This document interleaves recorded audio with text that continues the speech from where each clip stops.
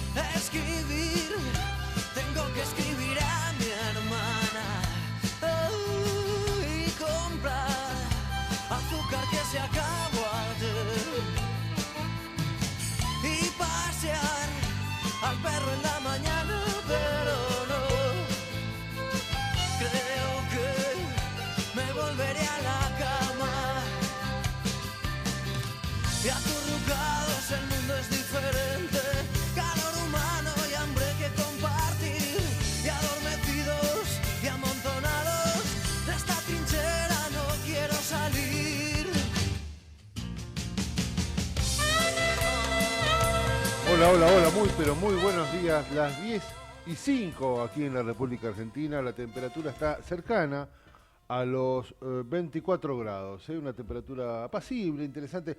Pensábamos que iba a seguir la lluvia tremenda que hemos sufrido ayer.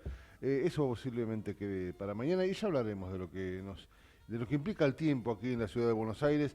Lo que voy a hacer ahora es saludar muy cariñosamente a mi querido amigo Matías Urtac, locutor oficial de Ecomedios en la República Argentina. Bueno, ¿qué tal, Raúl? Buen día, ¿cómo estás? Muy bien, querido amigo. Gracias por el cariñoso saludo. Decías algo del clima. Bueno, atención, porque hoy si vas a salir por la noche, ten en cuenta que se esperan algunas tormentas fuertes en la ciudad, ¿eh? Tormentas fuertes. Ah, mira. Tormentas lo de ayer fuertes. fue mucha lluvia con gotas pesadas. Mañana chaparrones también, día inestable, con mucho calor, 31 grados. Bueno, estaremos atentos entonces a mojarnos. Veo que hay gente que detesta mojarse, ¿no? Sí. No sé si usted conoce ese tipo de ser humano. No, a mí no me preocupa mucho. Claro, hay cosas que me preocupan por más. supuesto que sí, desde ya, pero algunos dicen, no, ¿cómo llueve? Y se ponen pilotos, paraguas, galochas y un montón de cuestiones. Tratan de no salir, caminan por los techitos. Viajan en subte como para no tener que bajar de colectivo y mojarse, y un montón de cuestiones como si fuera lluvia ácida, ¿no? Es agua, es simplemente agua. Sí. Pero cuando llueve fuerte... A mí, ¿sabes que no me molesta? Y hasta tiene cierto... No está mal mojarse y dejarse... Pero usted dice cuando uno va caminando. Ahí me dicen, depende. Cuando uno va caminando. Depende. Cuénteme. Moto te la regalo, ¿eh? Si estás con ¿Cómo? Con el equipo no podés estar mojado, no te podés mojar. Claro. ¿Cómo con el equipo? De lluvia. No, claro, yo utilizo un piloto. Por lo general, pero si me mojo, no, yo porque lo tengo, si no lo tuviera no hay problema. Digo, me he mojado unas veces, he llegado mojadísimo a la agencia y uno se va secando, así después te gripas, pero esa gente que corre como adquiriendo veces, las gotas que vienen por delante. Muchas veces he llegado a casa literalmente hecho sopa, como se dice. Sí. A mí me gusta eso. ¿Le gusta? Sí. Bueno, no está, a mí tampoco no está tan bueno. No me molesta. Algunas gotas que furtivamente se esconden detrás de los... En moto cuando llueve te la regalo. Claro. La moto uno cree que es maravillosa y ojo con la moto, porque cuando hace calor... Le pones bolsas a las zapatillas para no mojarte. Tratás de poner, no sé, si no tenés un piloto, un equipo de lluvia en ese momento como fuera. Claro, pasa que viajando en moto, me imagino conduciendo una moto... Uno recibe no solo las gotas de las nubes, de la lluvia, sino también el barrito de la calle, ¿no? Lo que representa los vehículos que expulsan desde atrás esa lluvia infame que viene no solo con agua, sino también con barro. Bueno, eso ya le escaparía. Pero cuando son días, sobre todo días de calor, y llueve, está lindo caminar. Sí, a mí no me molesta para nada, días de digo la calor. verdad. Que sea un tramo corto, tampoco vamos a estar. No, tampoco vivir bajo un diluvio eterno, pero no me molesta para nada disfrutar la lluvia. Disfruto entonces los días nublados también, me parece que tienen una cosa atrás que no está mal. Obviamente cuando sale el sol uno también lo recibe muy gustoso, ¿no? Sí. Pero bueno, nada, como todos ya se habrán dado cuenta, yo no soy Gustavo Tubio, tampoco lo es Matías Urtac, que está aquí a mi izquierda. No somos Gustavo Tubio, pero intentamos, como decimos más de una vez, dentro de lo posible, dentro de lo que nos permita nuestro pequeño intelecto, cubrir un poco su ausencia, ¿no? Gustavo está, como les dijimos ayer y durante toda esta semana, en el norte de la Argentina, trabajando, como todos sabemos, para TN, y tratamos aquí de suplir un poco y de seguir entreteniendo y tratando de llevar las noticias que ocurren en el país y en el mundo de una manera similar a la de él, sin lograrlo, por supuesto. Nosotros no logramos, ni lograremos ser Gustavo Tubio, yo estoy resignado a eso, pero bastante con que lo abrazo de vez en cuando, ¿no? Con eso ya sí, esperemos tenerlo pronto a Gus nuevamente en la conducción. No sé si viernes o el lunes, pero va a estar por aquí. Viernes o lunes seguramente va a estar. Así es. No sé, Raúl, estoy preocupado. No, me digas, pero estoy ¿qué preocupado. pasó? ¿Viste? Hay cosas que me preguntan, que me preocupan más. Ya lo dije en otra oportunidad. Sí. El miedo a no ser abuelo. Bueno, es un enorme tema que usted pone sobre la mesa. Hoy está en el diario Clarín tiene tema. Mucha razón. Envejecer sin nietos. Tremendo. Otra consecuencia de la baja natalidad. Alguna vez lo hablamos. Sí. Los chicos no quieren tener familia. Bueno, hay varios factores que incitan esto, ¿no? Sí, depende mucho, digo yo, del carácter cada uno de los chicos que encaran una vida de una manera mucho más distinta, mucho más, no digo distendida, pero sí distinta que la nuestra. Nosotros a determinada edad ya pensábamos, querramos o no, pensábamos en una familia, en una compañía, en lo que supone engendrar hijos. Uno se imagina más allá de las posibilidades y eso no es más de esa forma. Los hijos no tienen presente la posibilidad de ser padres. Y hay muchas razones. La primera, y la que primero se nos ocurre, la que seguramente tiene mucho que ver con esto, es muy posible la capacidad económica de los hijos. Hoy los chicos se les complica. Sí, es cierto. Juntar un dinero, se les complica Sabés alquilar, que tener un chico representa un montón de gastos, por supuesto. Alimentos, educación, salud. Así es. Pero también, digo yo, no lo he analizado, pero digo yo, también está detrás de eso una suerte, ¿cómo decirlo? Digo que es eso, pero en realidad es otra cosa. Un momento, una etapa social, cultural también, que se está dando en los jóvenes. Donde el compromiso queda de lado, donde la adolescencia se hace más larga, más profunda, donde en una de esas el deseo por tener un hijo muta básicamente por el deseo de tener un perro nada más. Y ahí queda. No hay compromiso con el amor. No sé por qué están cambiando la mente de muchos de nuestros hijos, pero es muy cierto que eso, en consecuencia, como usted dice, genera un país más viejo y genera también una vejez sin nietos. Nuestra vejez sin nietos. Nosotros hemos sido cobijados por nuestros abuelos, nuestros padres han logrado cobijar a nuestros hijos y nosotros nos quedamos sin esa cosa dulce que debe ser estar con alguien que te pertenece como un hijo. Mi viejo tan compinche de sus nietos, de mis hijos, y yo decía qué lindo que me toque a mí. Y ahora estoy empezando a pensar de que eso puede no suceder. Puede no suceder. Tal vez sí, pero las estadísticas y lo que está ocurriendo y queda a ojos vista, ¿no? Los hijos no nos regalan nietos. La tasa de fecundidad en la Argentina cayó 43% en los últimos 10 años. 43%. En la última década, 43% menos de nacimientos. Bueno, nos estaremos transformando en un país, en un continente viejo como ya es Europa. Europa tiene serios inconvenientes con eso porque Sí. claramente la masa que trabaja, esto es una cuestión también social, la masa que trabaja y que sostiene el sistema es cada vez menor porque se jubilan cada vez más. La expectativa de vida crece, Sí. hay más viejos sanos y hay menos jóvenes sosteniendo ¿Sabés que se ve también? el continente. La edad promedio de los embarazos ha subido. Mirá. Ha subido. Ya no hay tantos embarazos adolescentes, por decirlo de alguna manera. Sí, sí, sí. Esto está Antes a los vinculado. 20 y pico me imagino Sí. que uno ya pensaba en esta situación. Claro. ¿No? Ahora, después de los 30. Después de los 30 y ¿quién Déjame te dice? acomodarme. Sí, Esto está vinculado a un montón de factores, Sí, sí, ¿no? sí, Vinculados a mayores niveles educativos, también. claro, exactamente. La inserción laboral femenina. También que te aporta otras responsabilidades y te quita un poco de esa tarea maravillosa de ser madre, ¿no? Hay muchas cosas muy ciertas. También que hubo usted está avances, diciendo. sí, también hubo avances en lo que hace a la salud reproductiva.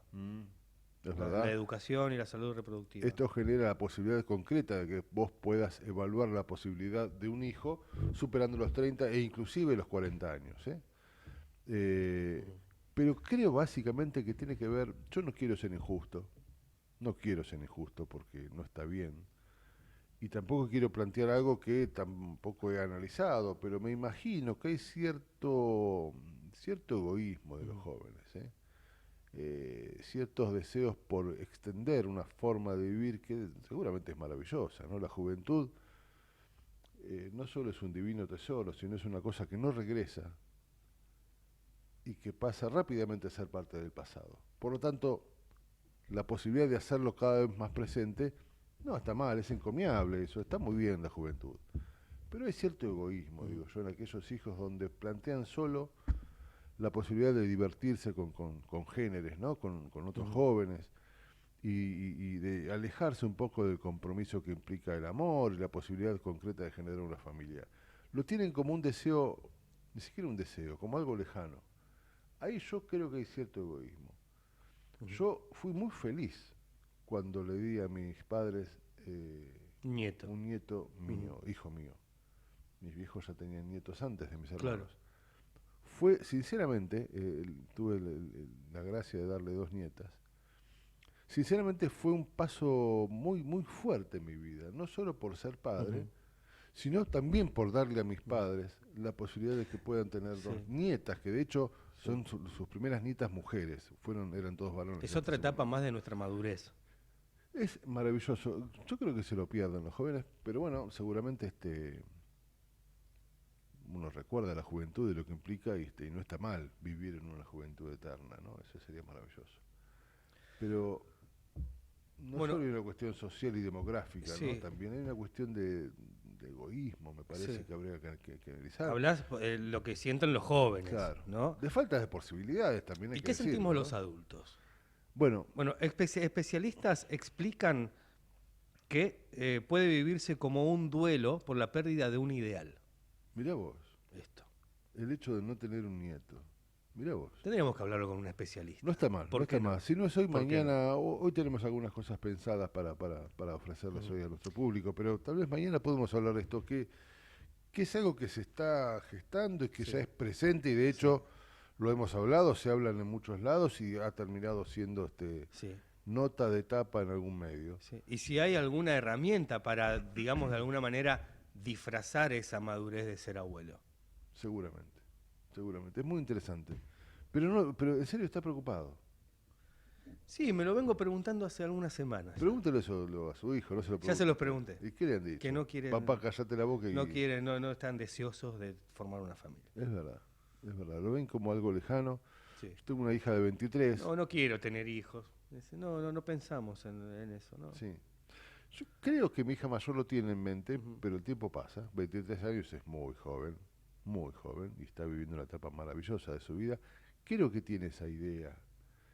La menor, me parece a mí, de 19, también es muy temprano para consultarlo, ¿no?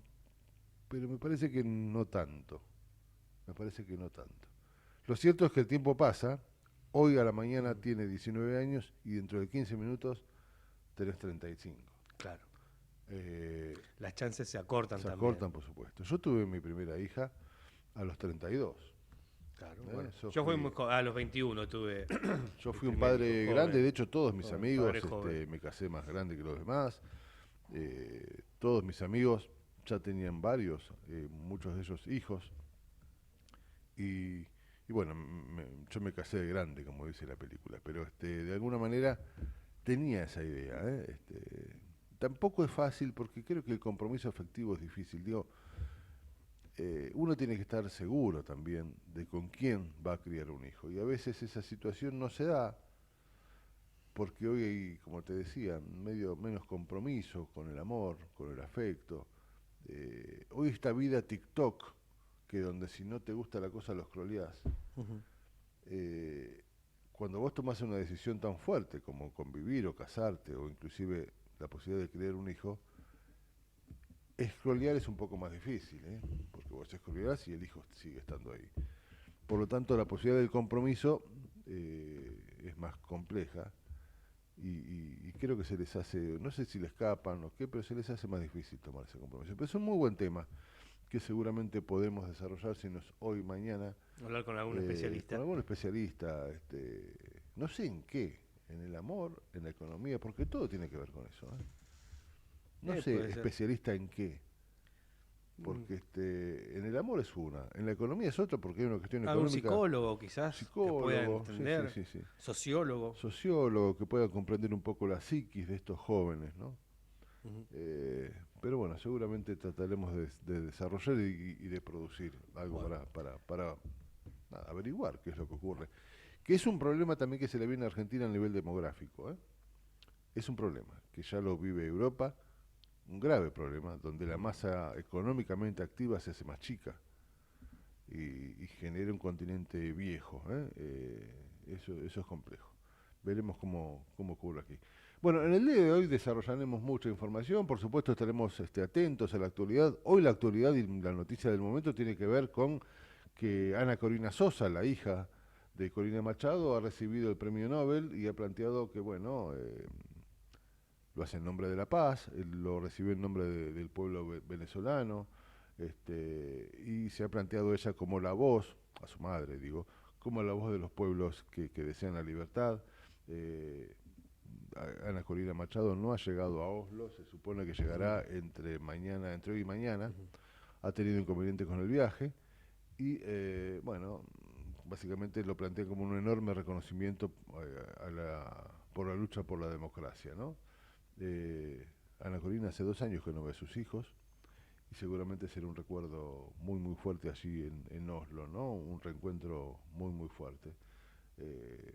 Planteó que todos los seres humanos nacen para ser libres y todo esto sucede también en el medio de la avanzada de los Estados Unidos sobre el continente venezolano, ¿no? Ya hemos escuchado de boca de Donald Trump que a Maduro tiene los días contados. Ha habido ayer un sobrevuelo amenazante de los F-18 sobre el territorio, no territorio, sino los cielos venezolanos, ¿no? Y están ahí al caer algunas que otras medidas que puedan tal vez modificar la realidad y la actualidad del pueblo venezolano. Veremos cómo plantea una eventual defensa Machado. Y al mismo tiempo también, bueno, la noticia te lleva a lo político nacional porque está Milei allí. Milei está en Oslo y como vos decías en el informativo, desde allí, desde tierras noruegas, ha planteado también en la red social X, que yo le voy a decir Twitter toda la vida, una suerte de festejo o recordación de sus 2 años de mandato, ¿no? Recordemos que el 10 de diciembre de hace 2 años, Milei asumía la primera magistratura y eso fue lo que recordó hoy en Twitter, o en la red social X, me tengo que acostumbrar a decir eso. Nada, desde allí, desde Oslo, ¿no?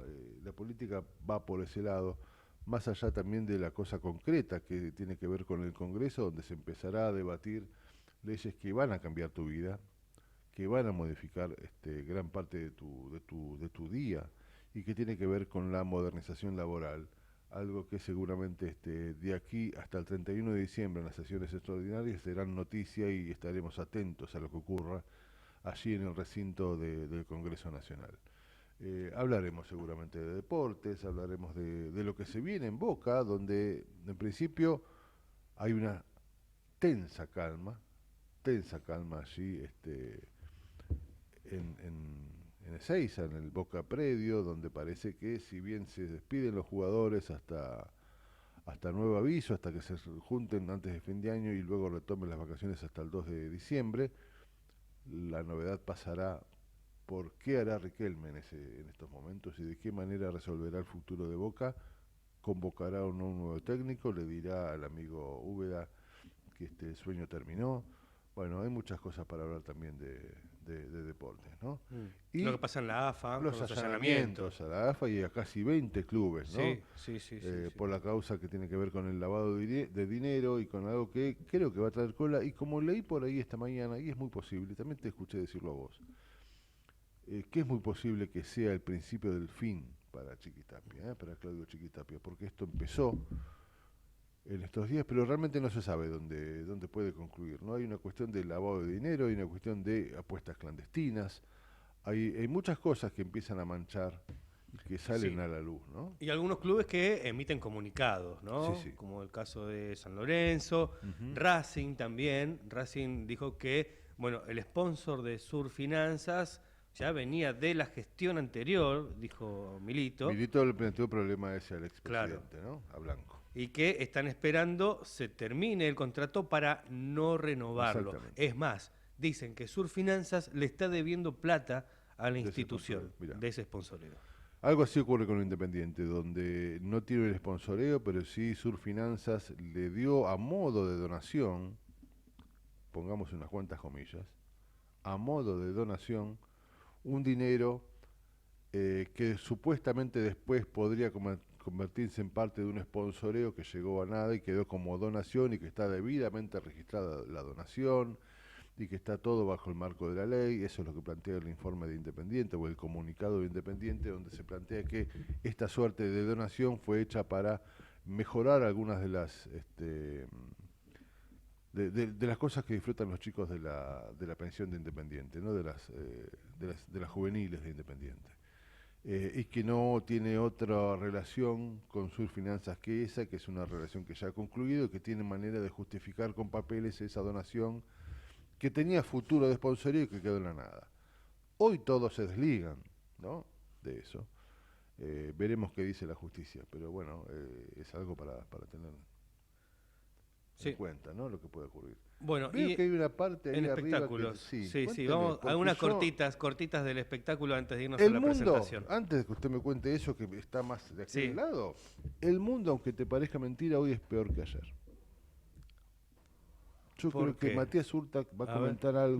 No, voy con tres cortitas del espectáculo. Una de ellas creo que plantea... La voy a dejar para el final. Por favor. La voy a dejar para el plantea final. Que el mundo es un poco peor que ayer, lamentablemente. No estoy de acuerdo. Me imagino. No estoy de acuerdo.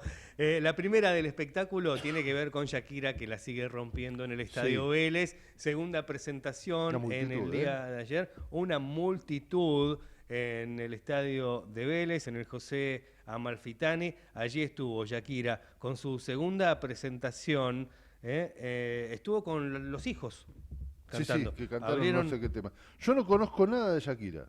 Bueno, yo lo que más conozco de Shakira es a Piqué, a su ex marido. Sí, que te salpique, dijo en una canción. Pero reconozco también que es muy querida y que es mucho más exitosa que antes, me parece a mí. Sí, Ángela Torres inició como telonera, cantando todas las canciones de su nuevo álbum y todos sus éxitos. Bueno, Shakira la sigue rompiendo en Vélez. Otro de los temas de espectáculo tiene que ver con Bob Dylan, incansable a los 84 años. 84 pirulos tiene Bob Dylan. 84 años tiene Bob Dylan. Anunció. 84 años tiene Bob Dylan. Sí. ¿Podemos hacer un corte para que yo me pegue un tiro y volver? Es extraordinario. Y anunció 27 presentaciones en los Estados Unidos en el año que viene. Qué bárbaro. El tour se llama La Gira Interminable. Su vida ha sido una gira interminable. Un tipo que uno puede respetar. A mí no me vuelve loco, sinceramente, Bob Dylan. pero uno no puede dejar de respetarlo, ¿eh? Un enorme músico y un enorme poeta contemporáneo también, no está mal. Bueno, y vamos con la próxima. Sí, que es una hermosa noticia que yo detesto. Escuchá, y ponemos, me encantaría tener la imagen de la Mona Jiménez. Mirá vos, por Dios. Porque el cuarteto, señoras y señores, fue declarado Patrimonio Cultural. Yo puedo creer. El anuncio lo hizo nada menos que la UNESCO. ¿Qué pasa con la UNESCO? Por obvias razones, ¿dónde se va a festejar sino que en la capital del cuarteto, que es... Sí, en Córdoba, por supuesto. Córdoba, señores. Donde seguramente los litros de Fernet con la gaseosa cola estarán corriendo en medio de los festejos a partir de esta declaración que yo no comprendo. Yo entiendo que es un fenómeno social, claramente, es un enorme fenómeno social. Patrimonio cultural inmaterial de la humanidad. A mí me parece que están exagerados. Es un montón. Es mucho. Es mucho. Pero ahora sí que el Potro Rodrigo es buen músico ahora. Qué sé yo. Uno puede considerar la capacidad de arriar gente, de convocar y de un montón de cuestiones que tienen que ver con lo cultural, es cierto. Sí. Pero de ahí a que el cuarteto sea... ¿Cuál es el título que es? Patrimonio cultural inmaterial de la humanidad. Bueno, si la Argentina le da al mundo, ¿Vos decís esto en Córdoba? Y te crucifican sí, en la plaza principal. Sí, por eso yo lo comprendo y si quiere me alegro un poco, pero si lo analizo fríamente, si la Argentina le da al mundo el cuarteto, el futuro es nefasto. Escucha esto, la decisión se tomó durante la 20ª sesión. Yo creo que la decisión se tomó después de tomarse una Fernet, eso está claro. Puede ser, el Comité Intergubernamental del Organismo Internacional que se realizó en Nueva Delhi, en la India. Chupados, ¿qué les pasa? En la India, dijeron, a ver, pará, antes de votar. Pido la palabra, dijo un cordobés. Poné un poquito de la Mona, poné un poquito Pusieron la Mona. de Rodrigo, poné... Claro, hay varios, ¿no? Cordobeses. Hay un montón, bueno. Sí, ahora hay el un montón de grupos Alejandro, nuevos. ¿no? Bueno, esos ya son más... Son más viejos, sí. Sí. A mí me causaba mucha gracia. Gary y todo eso. Alcides me causaba mucha gracia, pero mucho. No sé si cordobés o qué, pero me parecía pero Alcides tenía temas más tropicales. Claro. Era un ritmo medio cuarteto, pero el cuarteto de Córdoba... cordobés es otra cosa. Los Caligari, ¿no? ¿Son otros? También hacen algunos temas de cuarteto, sí. Banda 21. Mire usted. Bueno, hay un montón de... Pero la Mona es el padre. La Mona ¿no? es el La padre Mona del vendría cuarteto, a ser una suerte de Gardel. Así que, bueno, la Patrimonio... UNESCO lo dijo, ¿eh? No, todo está perfecto. Patrimonio cultural inmaterial de la humanidad. Bueno, ese es el mundo. ¿Sabe por qué no vamos a tener nietos? Porque le estamos dejando ese mundo. Un mundo donde el cuarteto pasa a ser patrimonio de la humanidad. No sé si merece ser vivido, digo yo. Bueno, pero pará, tiene que haber una justificación. ¿Cuál es la justificación? Los 34 Fernet que me tomé en la mañana. Según explican, el ritmo tunga tunga, así le ¿Usted me dicen. está hablando en serio? No. El ritmo tunga tunga. El ritmo tunga tunga se expandió primero por el interior de Córdoba y luego por toda la provincia, Es como la gripe. acompañando la aparición de nuevos grupos y generaciones de intérpretes. Tunga tunga, ¿sabe? Me acotan aquí muy sabiamente que... Hay una producción detrás. Sí, hay mucha gente tenemos detrás sosteniendo esto. Que tunga tunga obedece estrictamente a lo que genera el piano. El Tunga, claro. El tunga tunga. Eso fue reconocido en la UNESCO como Patrimonio de la Humanidad. Maravilloso. Bueno. Maravilloso. De Beethoven no dice nada, ¿no? No, pero está hablando de... Bueno, de Wagner nada, la decisión del comité, recordó la UNESCO, que el patrimonio cultural inmaterial comprende prácticas, técnicas, representaciones y conocimientos que las comunidades identifican como parte de su identidad. Bueno, para mí son 20 borrachos tratando de hacer música en un carnaval. En el caso del cuarteto, el organismo subrayó la fuerza para sostener sus valores, además de su rol como experiencia de encuentro y celebración en fiestas y peñas. ¿Se entendió? Sí, vamos a chupar un fernet y de paso escuchamos algo. Está bien, tiene su enorme valor cultural y esto lo digo en serio. Más allá de la chicana que uno puede generar y del gusto. A mí no me gusta el cuarteto, pero digo, me parece que sí es un fenómeno cultural que tenemos que aceptar, que tiene que ver con un fenómeno social y una movilización enorme de gente de una provincia que ha trascendido las fronteras no solo de la provincia, sino, como acabamos de comprobar, ha sido reconocido en la UNESCO y eso hay que aceptarlo y realmente me parece que está bien, digo yo. A mí deme un poquito de Pugliese, digo, sí. Pero está bien. No, yo estoy de acuerdo. ¿A usted le parece? El cuarteto me gusta, nos da alegría, bailamos, celebramos, no hay cumpleaños, no hay fiesta en donde no suena un cuarteto. Mirá, yo creo que está bien. Vas a Córdoba, a cualquier bar que te vas a sentar a tomar algo, a comer algo, y te ponen cuarteto. Mirá lo que me pone mi amigo ahí. Los cordobeses músicos tienen, los cuarteteros, esa habilidad de cualquier tema, te lo convierten en un cuarteto. Agarra un tema de Shakira y te lo hacen cuarteto. Mirá vos. Agarra un tema de Chayanne y te lo hacen cuarteto. Acá tenemos uno. Si le parece, nos vamos a la tanda. A los besos. Yo le doy un beso acá a mi amigo fuera de cámara. Y nos vamos festejando que el cuarteto es patrimonio cultural de la humanidad. Inmaterial. E inmaterial, digo, no es un patrimonio así nomás. Claro. Es un patrimonio cultural e inmaterial, digamos. Intangible. Intangible. Esto y Wagner es lo mismo. Así que nos vamos escuchando la 9ª Sinfonía de la Mona Jiménez. Vamos. Beso a beso, aquel yo aprendí.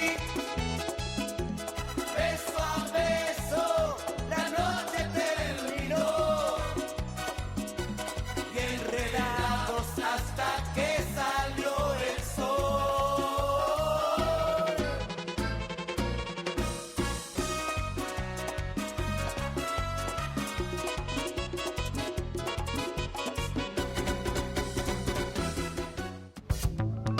En el medio del caos, pero con buena información. Metete con nosotros a La Trinchera, en pleno corazón de Buenos Aires, con la conducción de Gustavo Tubio. La Trinchera, por ecomedios.com y AM 1220. Este verano te hace falta Tigre. El sol, el río y las islas te esperan para desconectarte y disfrutar cada momento. También paseos, naturaleza, cultura y gastronomía en un entorno único a solo unos minutos de Buenos Aires. Viví el verano como nunca. Tigre, municipio. Seguro escuchaste de nosotros. Seguro escuchaste mucho de nosotros. Somos un río enorme y mucha costanera para caminar. Somos un mundo de sabores y muchos momentos para compartir. Somos cuna de campeones y mucha pasión por la celeste y blanca. Somos movimiento, creatividad y talento. Mucho talento. Rosario es mucho más.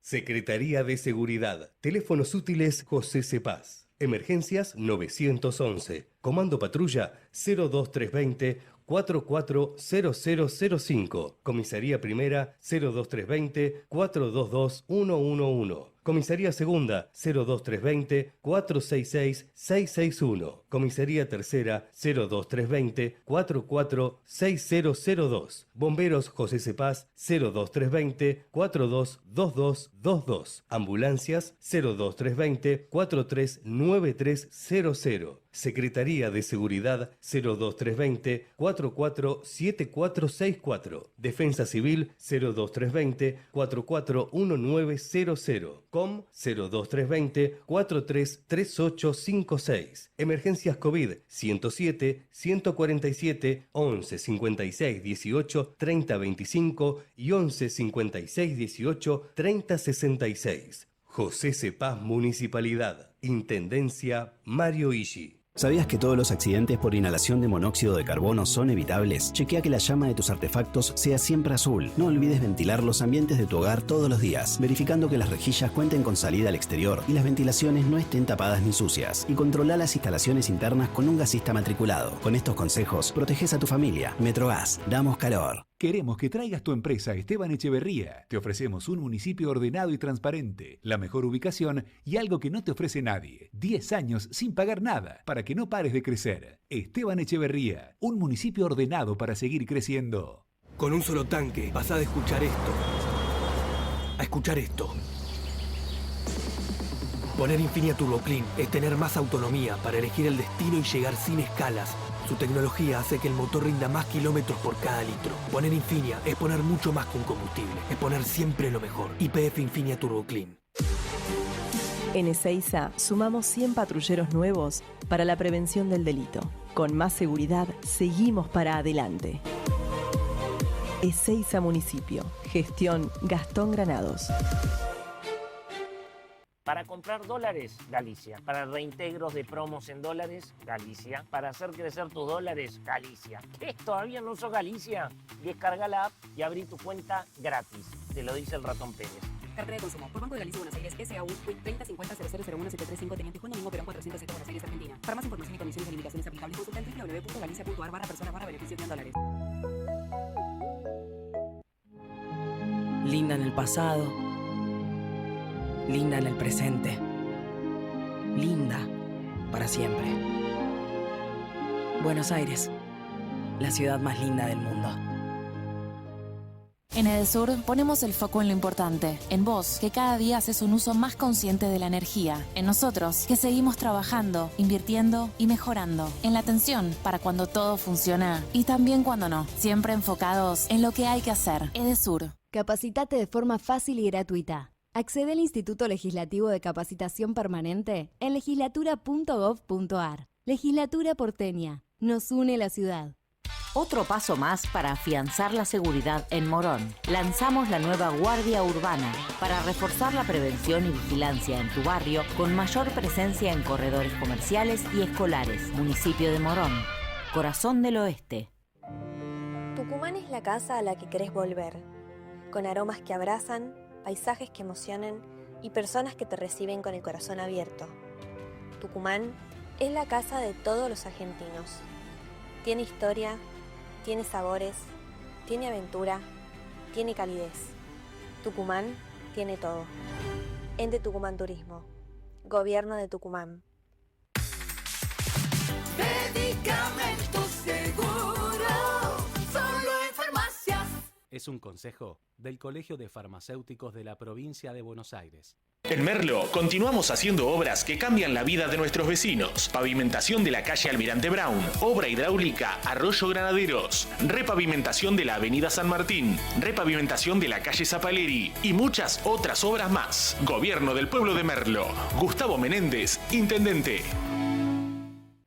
Si querés emprender, abrir un comercio, empresa o industria, en 3 de febrero sos bienvenido. Te decimos gracias. El costo para habilitar acá es 0, como lo escuchaste. La habilitación es gratis. Además, eliminamos más de 100 tasas y trámites para cuidar tu economía sin trabas ni burocracia. En estos tiempos, más que nunca, estamos del lado del laburo y de los que producen. Más info en 3defebrero.gov.ar. Municipalidad de 3 de Febrero. De 10 a 12 entra a La Trinchera que hay lugar. En La Trinchera, con Gustavo Tubio.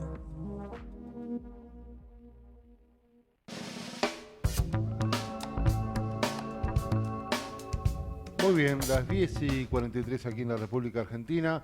Vamos a darle un poquito de seriedad a la mañana. Es un enorme gusto saludar a nuestro gran analista, el amigo Sebastián Alperín, que está del otro lado en línea. Sebastián, ¿cómo te va? Raúl de este lado, ¿cómo andás? ¿Qué tal, Raúl? Un gusto escucharte, ¿cómo estás? Igualmente, mi amigo, muy bien, todo en orden. Vos sabés que, bueno, nada, es una fecha especial, más allá de toda la coyuntura y de todo lo que estamos viviendo en cuestiones políticas, inclusive internacionales, ¿no? Porque lo de que está ocurriendo en Oslo también seguramente nos salpica un poco, pero digo, me gustaría empezar hablando del 10 de diciembre, y hoy se cumplen 2 años justamente de Milei en el poder.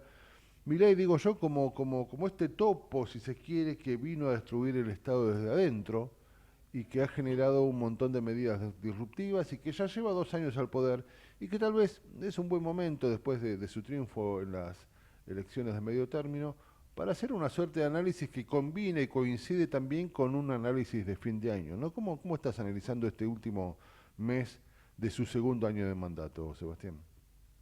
Bueno, yo creo que si el 26 de octubre nos sorprendimos, yo creo que en estos días nos sorprendimos aún más, teniendo en cuenta que desde la elección a la fecha se sucedieron una serie de episodios muy favorables para el gobierno, en lo que se podría definir como una segunda luna de miel. Quiero decir, aún con el resultado de la última elección, que fue inesperado para el propio gobierno, la realidad es que la cantidad de legisladores que ha logrado captar el bloque de La Libertad Avanza es algo impresionante, que supera los cálculos más optimistas del espacio libertario. Sí. Esto habla de un crédito, evidentemente, en donde creo que como hablamos la última vez, Raúl, la política acompaña los vientos de cola del humor social, digamos, ¿no? Sí, y me parece que en ese sentido, bueno, esto habla de un crédito muy fuerte al oficialismo y creo que esto es una ventana de oportunidades, pero también es un desafío, pues nosotros justamente estamos haciendo ahora cerrando un estudio por fin de año justamente con la gente de Equipo Mide y le preguntamos a la gente qué expectativas tiene de cara a la segunda mitad de mandato del presidente Milei en cuanto a qué objetivos considera que el gobierno va a poder cumplir. Y la verdad es que la expectativa es muy alta. ¿No? Es decir, la gente se hace eco de las reformas de segunda generación, la laboral, la tributaria, y además, básicamente hay una demanda de derrames. Es decir, que la macro se transforma en un beneficio de bolsillo, generación de empleo. Bueno, en tanto y en cuanto el gobierno no puede dar respuestas, y ahí es el gran interrogante, ¿no? Es decir, si la economía argentina, aún con las mejores intenciones y un programa, etcétera, un programa productivo, que hoy por ahí es donde surgen algunos interrogantes, eso va a poder derramar. Y bueno, creo que es el desafío que se irá devaluando, yo te diría, en los próximos meses, porque también las lunas de miel son cada vez más cortas, ¿no? Sí, es verdad. Yo me acuerdo de aquellos 100 días que pasaron a ser 100 minutos, ¿no? La gente demanda cada día más y la gente está mucho más atenta a cualquier acción de gobierno, más allá de las bondades que te da una elección legítimamente ganada, ¿no? Pero es muy cierto, las lunas de miel duran cada vez menos y tal vez eso es algo que el gobierno ha tenido en cuenta. Es muy cierto lo que decís. Yo realmente coincido con esta idea de lo que se ha generado a partir de las elecciones de octubre, donde ha tenido una mayoría reforzada, por definirlo rápidamente, la Libertad Avanza, ¿no? Y esto le permite tal vez poner sobre la mesa una agenda de reformas que en principio parecen muy ambiciosas, ¿no? Y que inclusive se las plantea como para resolver estas reformas de aquí a fin de año. Yo soy de los que piensan que me parece demasiado poco tiempo de debate. Me parece a mí que una reforma como la que se está planteando, no solo, inclusive hasta la de los glaciares, ¿no? Le puedo sumar a esto, pero una reforma que plantea cambios en la cuestión de impuestos, cambios drásticos en lo que es la reforma laboral. Me parece a mí que necesitaría un poco más de debate, pero más allá de eso, es muy cierto que estas ínfulas que se le ha generado al gobierno a partir de su triunfo claro y legítimo en las elecciones de medio término, les ha permitido plantear, digo yo, y poner sobre la agenda una serie de medidas ambiciosas que le darán un cariz distinto a esta segunda parte del mandato, ¿no?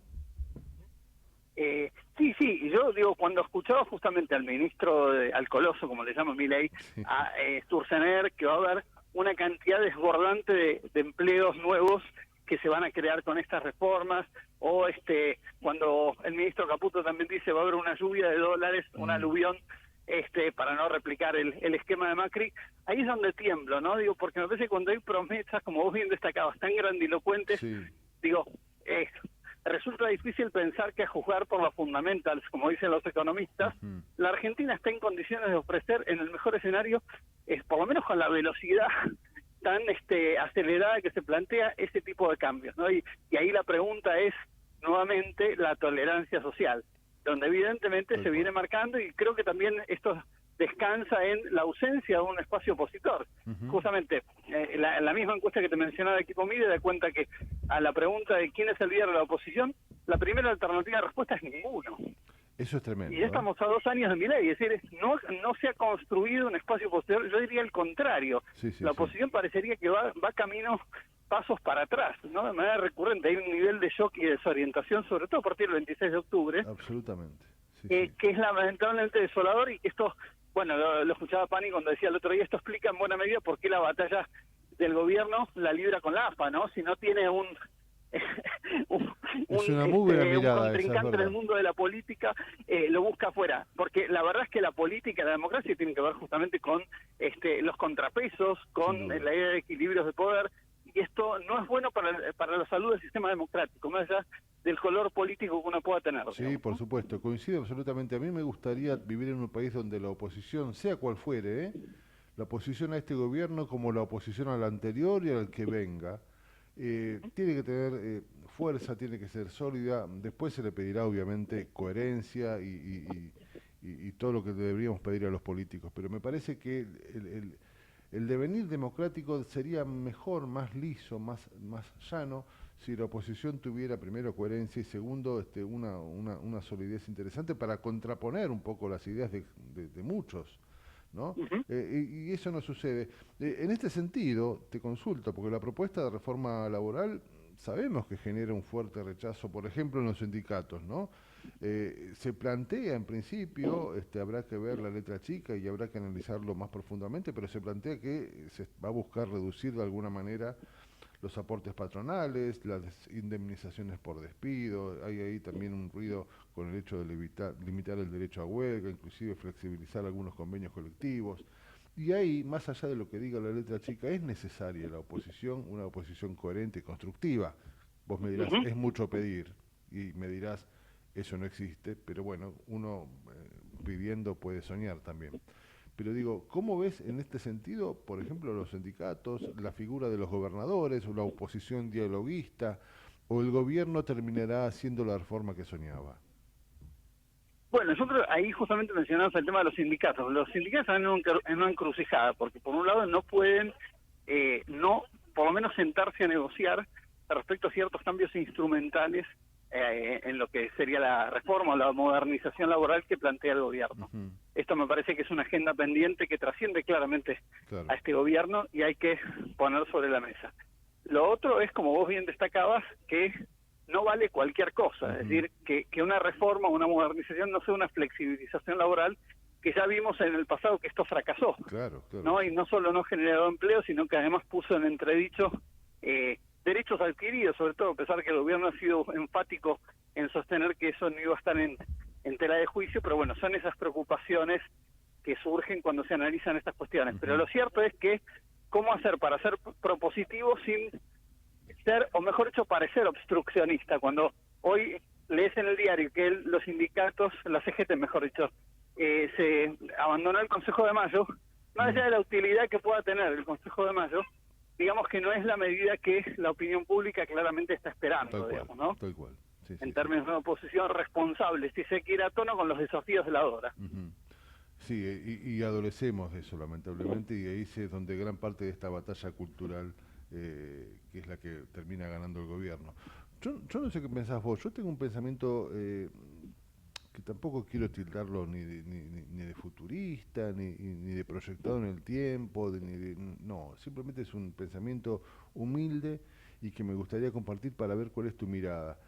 Yo tengo la sensación de que una reforma cualquiera fuera, hablaremos de la reforma si querés laboral, o una modernización laboral o como quieran llamarla, tengo la sensación de que si se hace con un palo solo, si se hace con una sola mirada, si se hace con una parte de la grieta y se hace solo, como sea del lado que fuere, con un solo tinte político, con una sola mirada sobre lo social, es cuestión de tiempo para que eso quede en la nada y que no lo están viendo hoy.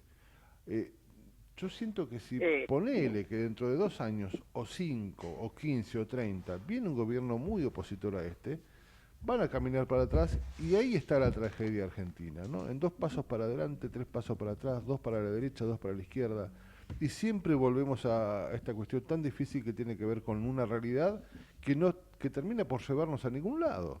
Digo, Me parecería inclusive un rasgo de inteligencia que cualquier gobierno plantee, che, venga la oposición, venga y plantee y veamos. Pero bueno, tal vez es mucho pedir, ¿no?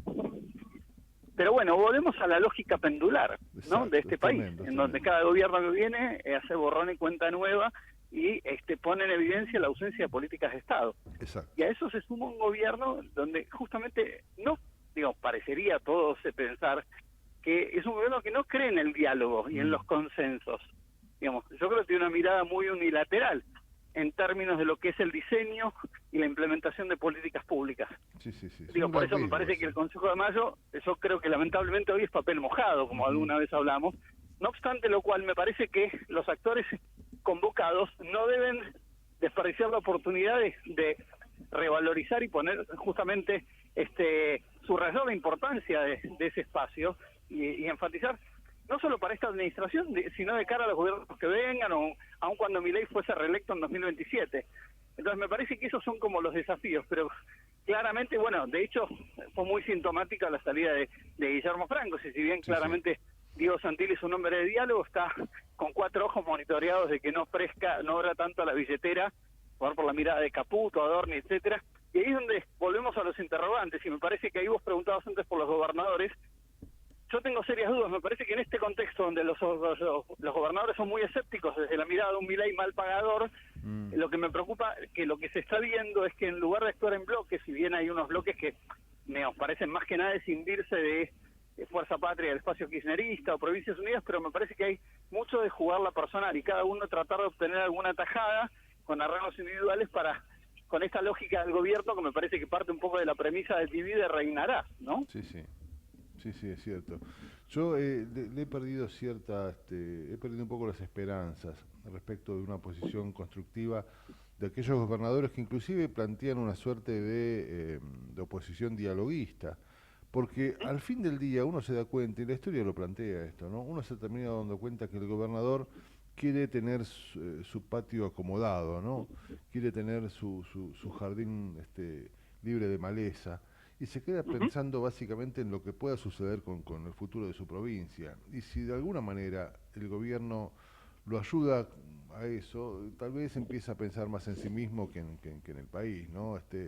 Y a la larga me parece que eso termina siendo contraproducente también. No sé si es lo que ocurrirá o no, pero tengo esa sensación, ¿no?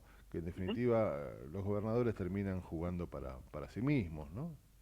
Totalmente, y sobre todo porque, insisto, me parece que a juzgar por la experiencia, no ven en Milei un interlocutor que les vaya a corresponder con recursos, porque esto pasó, digamos, son los mismos que lo apoyaron con la ley bases, con el veto a movilidad jubilatoria, financiamiento, y eso no se tradujo ni en apoyo a obras para hacer rutas, obra pública en general, cajas jubilatorias. Entonces me parece que van con mucha cautela, ¿no?, a sentarse a la mesa. Diego Puyaro dijo, el gobernador de Santa Fe decía justamente antes de sentarse con Milei, bueno, tengamos 2, 3 cosas que más o menos tengamos previstas que se puedan resolver, para que no sea un esfuerzo sin ton ni son, ¿no? Por último, Sebastián, querido, me gustaría saber cuál es tu mirada del ring, porque es donde se van a dar las cuestiones. Digo, tarde o temprano la situación va a tener que resolverse levantando la mano en el Congreso.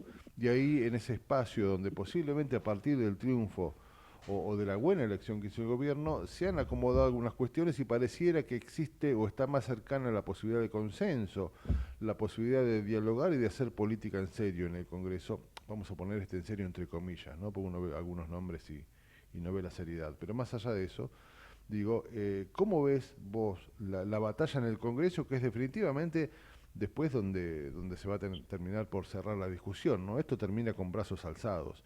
¿Cómo ves esta situación en el Congreso, donde el gobierno, bueno, pareciera estar mucho más sólido, ¿no? El gobierno está mucho más sólido hoy y me parece, por las declaraciones del propio Milei y de distintos funcionarios, que espera incluso estar mucho más sólido de cara a marzo. Por eso también están postergando algunos debates para esa fecha, más allá que avanzan con las extraordinarias para tratar de sancionar la reforma laboral, la del Código Penal próximamente. Pero me parece que la hipótesis del gobierno, yo creo que es muy consistente, es pensar que también pueda profundizarse una suerte de burocratización, ¿no? De muchos que todavía están esperando el momento para cruzar el charco, pero cada vez parecen sentirse con más incentivos, ¿no? Y del otro lado de la oposición parecería que no hay una reacción y está en modo espera a ver cómo se decantan sus propias internas, y me parece también que lamentablemente sigue en esa lógica de apelar un desgaste en el gobierno futuro, pensando que en algún momento la situación, la deuda social, por llamarlo de alguna manera, le va a pasar factura, pero también la experiencia de octubre invita a pensar que con eso solo no alcanza, y me parece que la oposición debería tomar un golpe de timón, ¿no? Fíjate una cosa que me parece sintomática, y con esto termino, pero a mí me llamó mucho la atención que en estos días, cuando se hablaba de figuras, pensando en 2027, en recambio presidencial, por ejemplo, se hablaba de una figura como presidente, ¿viste? Este pastor evangélico que vino acá, digo, me parece que más allá que esto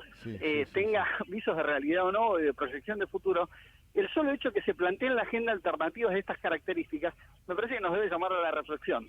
Digo, con todo respeto a sus figuras, sin duda, pero habla de una ausencia, un vacío opositor claramente, pero también de una devaluación de la calidad política, ¿no? Venimos en caída libre, con todo respeto. Absolutamente, y está clarísimo, ¿no? El presidente que tenemos, guste o no, es consecuencia de un vaciamiento político, digo. La política no ha logrado resolver muchas cuestiones y la gente ha definido lo que está a la vista, ¿no? Nos guste o no, Milei es un outsider, que ha llegado desde la nada misma y, bueno, claramente en eso tiene mucho que ver la ineficiencia de nuestros políticos, ¿no? Eso está claro y posiblemente, como vos decís, si bien requiere un análisis más profundo, pareciera que es lo que viene también, ¿no? Un vaciamiento político de ideas y de gente que conoce la cosa pública, ¿no? Eso también es para analizar, es muy cierto.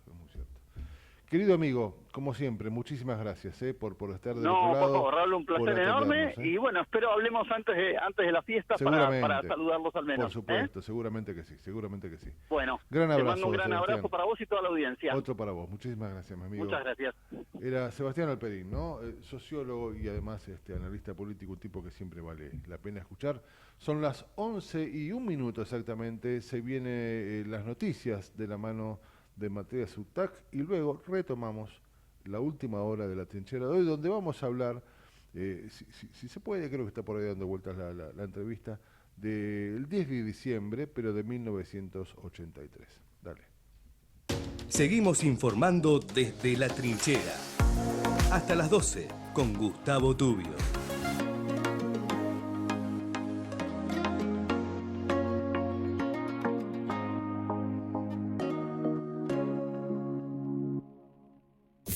Desde Buenos Aires, transmite LRI 224, AM 1220, Ecomedios. Econoticias. Toda la información al instante. 11 de la mañana, 2 minutos en la Argentina. En Buenos Aires el cielo está algo nublado, la temperatura 25 grados 3 décimas. La hija de Corina Machado pronunció las palabras de su madre al recibir el Nobel. Ana Corina Sosa Machado habló en Oslo al recibir la distinción a la paz a su madre. La libertad no es algo que esperamos, sino algo en lo que nos convertimos, afirmó Marina Corina Machado en palabras que fueron pronunciadas por su hija al recibir hoy el Premio Nobel de la Paz en Oslo. Ofrecen recompensa para encontrar a los jubilados desaparecidos en el sur. El Gobierno Nacional, a través del Ministerio de Seguridad, ofrece una recompensa para encontrar a Juana Inés Morales y Alberto Pedro Creder, la pareja de jubilados que desapareció a mediados de octubre de este año en la provincia de Chubut. Alerta epidemiológica, un nuevo caso de dengue y 77 de coqueluche. Desde el Ministerio de Salud recuerdan la importancia de implementar acciones de prevención para ambas enfermedades. En lo que va de la temporada 2025-2026, ya son 12 los casos de dengue confirmados en el país, de los cuales 8 son importados, residentes de Cava y provincia de Buenos Aires, y solo 4 son autóctonos, 2 en Formosa y 2 en provincia de Buenos Aires. Deportes, fútbol, Navarro Montoya apuntó contra Marchesín tras la eliminación de Boca. Cuestionó al arquero por el gol de Maravilla Martínez y explicó por qué para él pudo haber hecho más en la jugada que condenó al Ceneice. 11 de la mañana, 4 minutos en todo el país. Cielo algo nublado en Buenos Aires. La temperatura 25 grados 3 décimas. Humedad 67%. La mejor información pasó por Econoticias. Ecomedios.com. Desde Buenos Aires, transmite LRI 224, AM 1220, Ecomedios. Desde Buenos Aires, transmite LRI 224, AM 1220, Ecomedios. Ya salió Bank Magazine, las claves para entender el mundo de la economía y la política. En este número, especial Coloquio Idea. Enrique Sebach, Rubén Rabanal, Hugo Grimaldi, Candelaria de la Sota, José Calero, Leandro Selen, Mariano Bosch, presidente del 61º Coloquio, Horacio Marín, presidente y CEO de YPF. Bank Magazine. Léela en ecomedios.com y en bankmagazine.com. Bank Magazine. Las claves para estar informado. Ahora, visitar Catamarca es más fácil que nunca. Te presentamos Visit Catamarca, la nueva plataforma donde podés planificar tu viaje y comprar paquetes y experiencias directamente de agencias y prestadores. Entrá a Visit Catamarca y empezá tu próxima aventura. Catamarca, más que un paisaje, todos. Catamarca, hermosa por naturaleza. Ministerio de Cultura, Turismo y Deporte. La seguridad de tus valores y tu tranquilidad resguardadas en el mejor lugar. Ingot, la empresa líder en servicio de alquiler de cajas de seguridad privadas y salas de reuniones, cuenta con la más moderna tecnología, mayor seguridad y la mejor atención. Encontranos en Microcentro, Flores, Quilmes, Nordelta, provincia de Córdoba, Punta del Este y ahora también en Olivos. Más información en ingot.com.ar. Somos Ingot. Somos la verdadera seguridad. Informate en ecomedios.com. Seguinos en Instagram, @ecomedios. Seguimos en La Trinchera. Estamos en la segunda hora, con la conducción de Gustavo Tubio.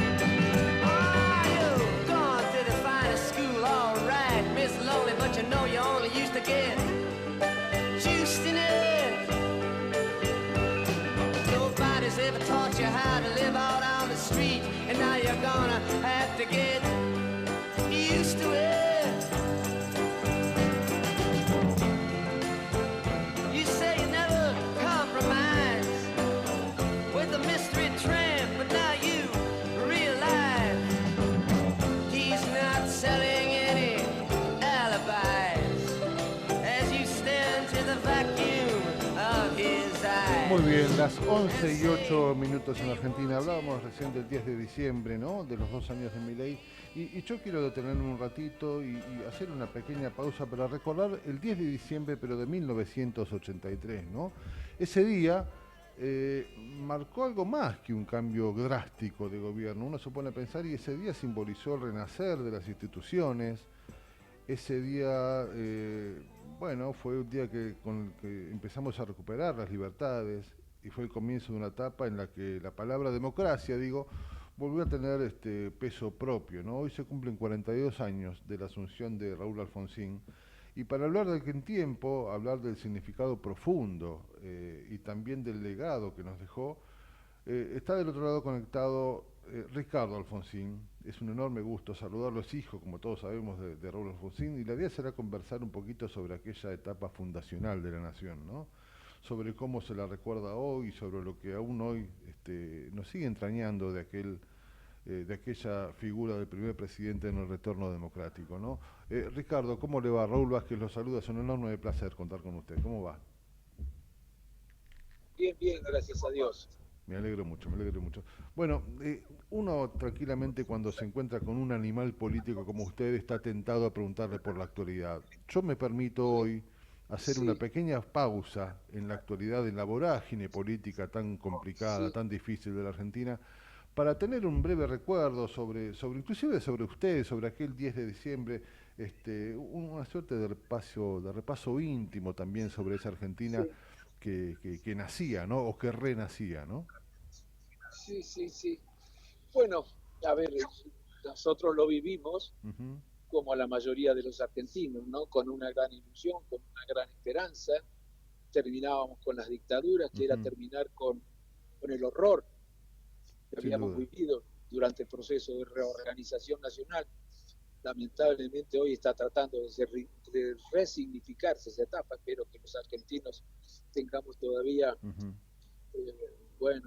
presente en la memoria colectiva lo que fue aquel horror que conocimos a partir del juicio a la Junta. Comprobamos entonces que nada hay más intrínsecamente cruel y perverso que una dictadura. Bueno, fue con una gran ilusión, por supuesto, sabíamos que había que hacer un gran esfuerzo. Seguro. ¿Cómo uno se puede pensar en 42 años? ¿No? Yo tenía 13 años, yo era un niño que no entendía nada y me asombraba sobre lo que la gente estaba viviendo, ¿no? Y tenía la sensación de que algo nuevo venía y tenía la sensación también con 13 años que la política era algo nuevo para nosotros, porque básicamente nosotros ni siquiera habíamos estudiado aquella materia de educación cívica en los colegios, ¿no? Muy poco de eso sabíamos y muy poca conciencia de lo que significaba el retorno de la democracia. Hoy, 42 años vista, se da cuenta del profundo y de lo importante que fue en ese momento justamente trascendental de la Argentina. En lo íntimo digo, ¿cómo se vivió en su casa ese proceso histórico que demandó primero la campaña, que fue dura, que fue pesada, que fue complicada, se esperaba un peronismo mucho más, la verdad que mucha gente esperaba que ganara el peronismo, digo, ¿cómo se vivió ese proceso en su casa, siendo usted también 40 años más joven, 42 años más joven, ¿no? Claro. Bueno, como le decía, con mucha esperanza,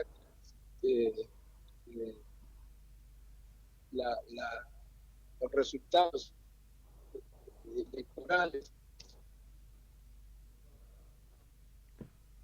Ay, se nos está yendo un poquitito, no sé, Ricardo, ¿nos escucha usted?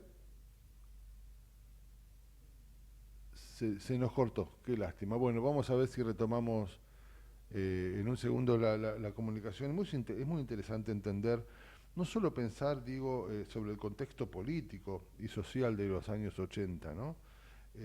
Argentina, enfrentaba realmente un desafío enorme, ¿no? La salida de la dictadura, con todo lo que eso implicaba, lo que yo le comentaba inclusive a Ricardo también, que tiene que ver con una poca conciencia de lo que era la democracia, ¿no?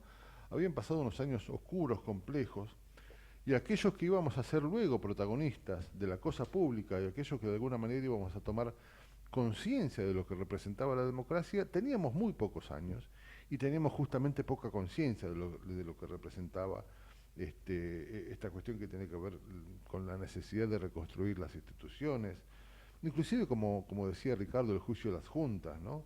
Un clima difícil, un clima también de una sociedad bastante dividida, como casi toda la historia argentina, y por eso nos interesaba mucho contactar a Ricardo Alfonsín, cuyo padre, como todos sabemos, fue el gran protagonista de aquel día, y fue junto al pueblo de la nación argentina quien modificó la realidad política seguramente de este país, con algo tan trascendental como darle el final claro a una dictadura después de muchos años oscuros, los años de plomo.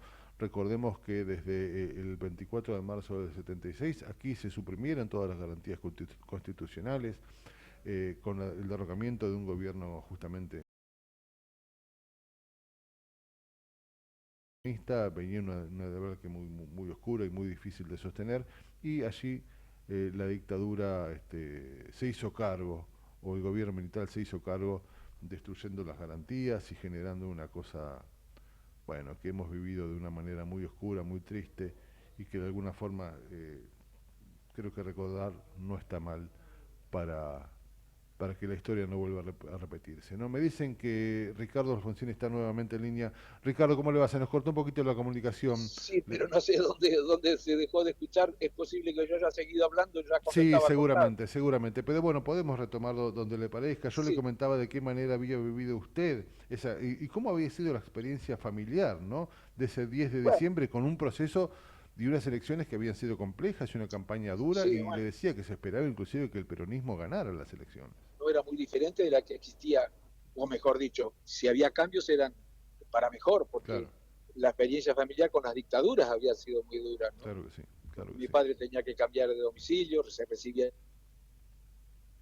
Sí. Se nos corta, es una lástima, por Dios. Y bueno, eso sí que eran momentos difíciles. Yo le digo a los amigos, ¿no? A la gente, era una pesadilla eso. Tienen que vivirlo para darse cuenta lo que fue eso. Una pesadilla. Yo andaba con temor de salir a la calle. Tenía miedo cuando pasaba al lado de un policía, cuando veía los autos, los Falcon, circulando por las calles. El Falcon era sinónimo de totalitarismo, digamos. Falcon representaba, no sé si la gente sabe lo que era un Falcon, sí, supongo que sí. Sí, seguramente, el Ford Falcon verde, bueno, que eran los autos que utilizaban los comandos, ¿no? Era un símbolo del horror. Miedo, cuando lo veías. Bueno, y de manera que, bueno, vivimos no solamente el triunfo, vivimos la recuperación de la democracia, la convocatoria a elecciones, con una gran ilusión, con una gran esperanza, sabiendo que no íbamos a poder resolver todos los problemas que se habían postergado, cuyas soluciones se habían postergado durante la dictadura, pero por lo menos teníamos que lograr lo que era el objetivo principal, y eso por supuesto nos afectaba como ciudadanos y como familia. El objetivo principal era terminar definitivamente con la dictadura. Varias veces se habían inaugurado etapas democráticas y al poco tiempo volvían las interrupciones institucionales. En esa ocasión, en esta última transición, los argentinos, no solo un gobierno ni la fuerza política, los argentinos en su conjunto, fuimos capaces de hacer lo que había que hacer, entre otras cosas, respaldar a un gobierno más allá de las diferencias que podían tener con la gestión económica, para que pudiera terminar efectivamente, sin claudicaciones éticas, haciendo los juicios que había que hacer, para que la sociedad supiera el horror que habíamos vivido y pudiera consolidar la democracia. Ahí, Ricardo, hubo un papel importante ya entrado a los años del gobierno de Raúl Alfonsín, en el 87, hubo un papel importante inclusive del peronismo, ¿no? De la mano de Cafiero. Recuerdo a Cafiero en el balcón el día de la Semana Santa, donde de alguna manera empezamos ahí yo me di cuenta ya con 17 años que habíamos crecido bastante y que de alguna manera juntos entendíamos y entendimos que la democracia era de todos, ¿no? Ese fue un papel importante de un peronismo que se había renovado, ¿no? Sí, Antonio Cafiero, nosotros como ciudadanos tenemos también una deuda importante respecto de la consolidación de la democracia, porque no solamente fue solidario cuando los alzamientos de los cara pintada que tenían intenciones golpistas, claras y contundentemente lo digo, porque además lo que pretendían era que el presidente, bueno, hiciera cosas que eran las contrarias a las que había dicho que iba a hacer en la campaña, lo cual hubiera perdido legitimidad, él hubiera tenido, bueno, se hubieran generado problemas que lo hubieran obligado tal vez a renunciar, ¿no? Incluso cuando va a Plaza de Mayo, algunos dicen, a Campo de Mayo, perdón, algunos dicen, bueno, y dijo Felices Pascua, ¿qué quieren que diga? ¿Qué podía haber pasado? Que lo mataran, que lo secuestraran, podía haber ocurrido un enfrentamiento entre sectores de las Fuerzas Armadas, cajones por un lado, cajones por el otro lado, al día siguiente. ¿Qué querían que diga? Además no fue un discurso triunfalista, mijo, hay que ser serio, porque las cosas no estaban para no tomar precauciones. El capítulo de los golpes militares no estaba cerrado todavía, ¿no? Bueno, todas estas cosas estamos advirtiéndolas ahora. Pero bueno, por lo menos cumplimos con eso, ¿no? Sin duda. Que era el principal objetivo. ¿Por qué era el principal objetivo? Porque recuperar para el pueblo el derecho a elegir y ser elegido era la manera también de recuperar para el pueblo la posibilidad de que sus gobernantes traten de resolver los problemas sociales que se generaban. En este sentido, no hemos aumentado tanto, no hemos progresado tanto. Desde el punto de vista de la democracia social, como decía Alfonsín, no hemos progresado tanto. Desde el punto de vista de la justicia social no hemos progresado todo lo que creíamos entonces que íbamos a progresar, ¿no?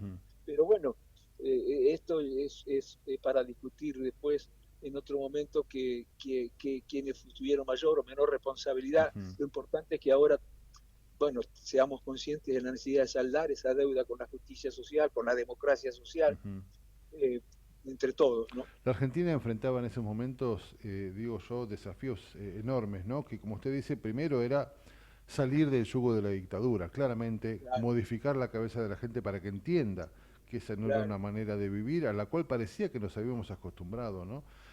Después de la necesidad clara, digo, de reconstruir las instituciones, después sobrevinieron el juicio a las juntas, ¿no? Digo, hubo que ser era una aventura muy difícil, digo, había que tener muchas agallas para inclusive hablar de la CONADEP en ese momento, y las tensiones económicas que también había, digo, yo en ese sentido también le doy al gobierno de Raúl Alfonsín unas agallas enormes, ¿no? En ese sentido, que creo que hay que recordar, porque uno se pone a pensar tal vez en algunas cuestiones y algunas decisiones económicas que tal vez no funcionaron, que la coyuntura le jugó en contra, que tal vez algunas decisiones de la política económica no fueron las mejores, eso es cierto. Pero digo, también es cierto que hubo decisiones de mucho riesgo que tenían que ver, por ejemplo, con hablar de la CONADEP, hablar del juicio de las juntas, de cosas que han cimentado, digo yo, las raíces democráticas y que hicieron que volviera a cobrar valor la democracia, ¿no? Sí, señor, sí, señor. Yo creo que todo lo que ocurrió en los 80, en particular el juicio a la Junta, que nos permitió conocer que nada hay más intrínseco. Fue algo en el mundo inédito en el mundo. Inédito, nunca se había hecho en ningún lugar del mundo. A ver, recordemos, primero había que derogar la ley de impunidad más gravosa para los derechos humanos, que era la autoamnistía. Los militares se habían sancionado una ley por la cual se perdonaban los delitos, la violación de los derechos humanos, ¿ves?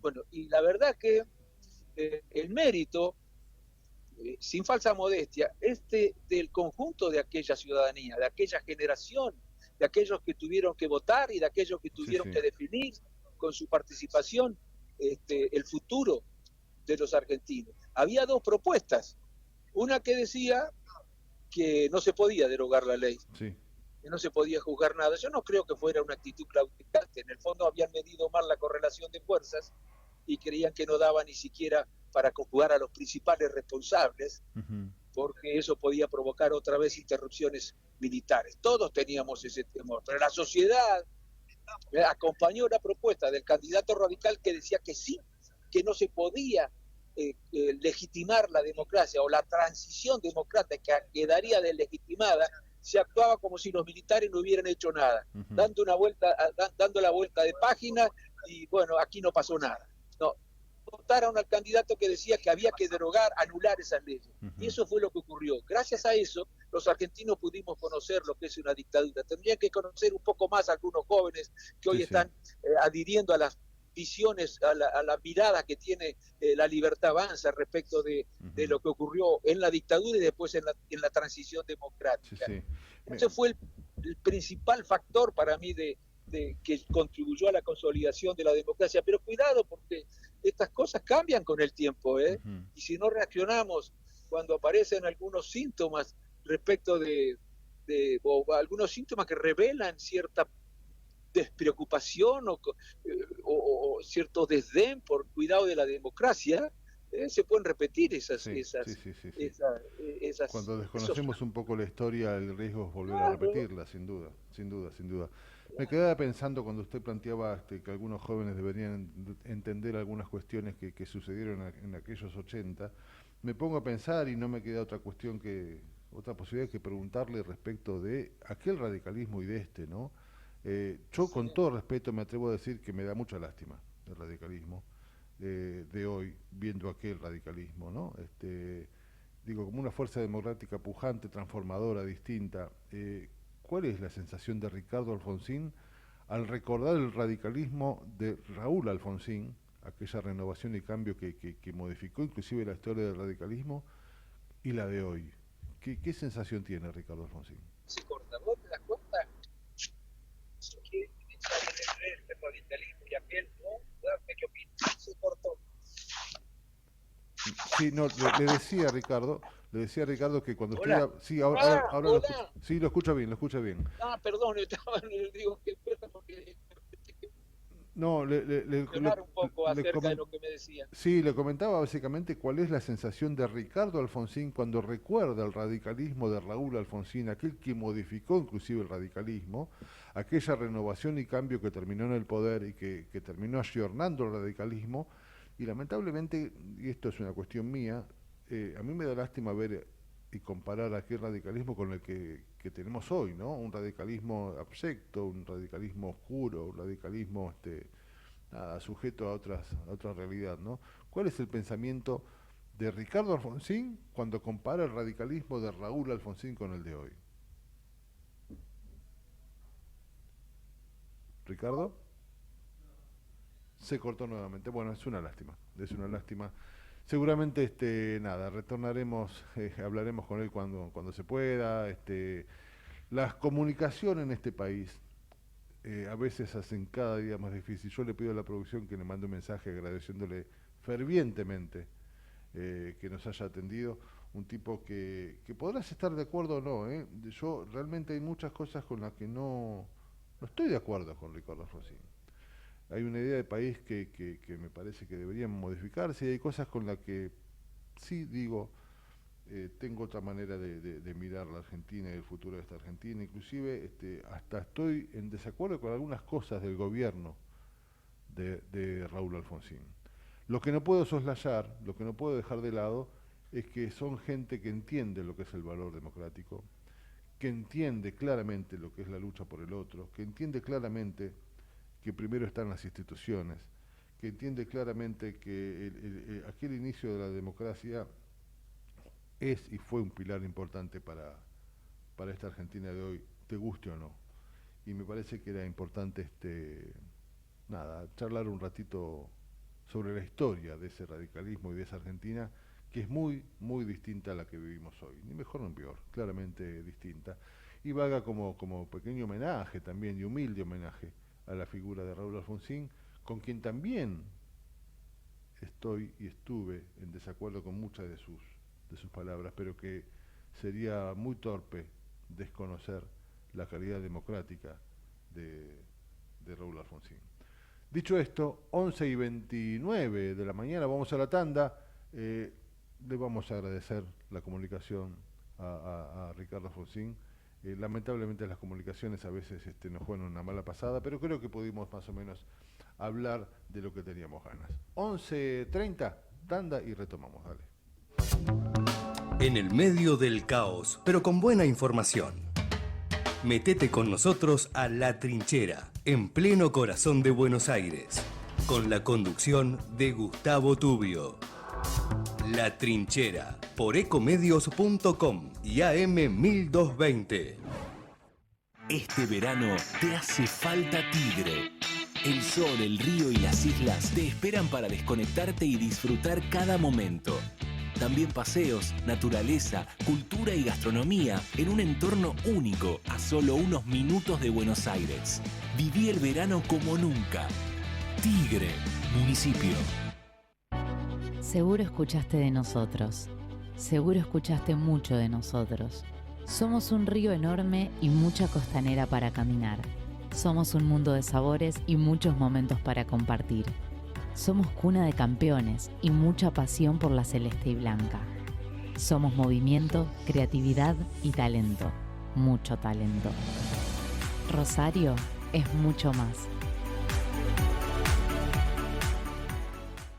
Secretaría de Seguridad. Teléfonos útiles José Cepaz. Emergencias 911. Comando Patrulla 02320 440005. Comisaría Primera 02320 422 111. Comisaría Segunda 02320 466 661. Comisaría Tercera 02320 446002. Bomberos José Cepaz 02320 422222. Ambulancias 02320 439300. Secretaría de Seguridad 02320 447464. Defensa Civil 02320 441900. COM 02320 433856. Emergencias COVID 107 147 11 56 18 30 25 y 11 56 18 30 66. José Cepaz Municipalidad. Intendencia Mario Ishi. ¿Sabías que todos los accidentes por inhalación de monóxido de carbono son evitables? Chequea que la llama de tus artefactos sea siempre azul. No olvides ventilar los ambientes de tu hogar todos los días, verificando que las rejillas cuenten con salida al exterior y las ventilaciones no estén tapadas ni sucias. Y controla las instalaciones internas con un gasista matriculado. Con estos consejos, proteges a tu familia. Metrogas, damos calor. Queremos que traigas tu empresa a Esteban Echeverría. Te ofrecemos un municipio ordenado y transparente, la mejor ubicación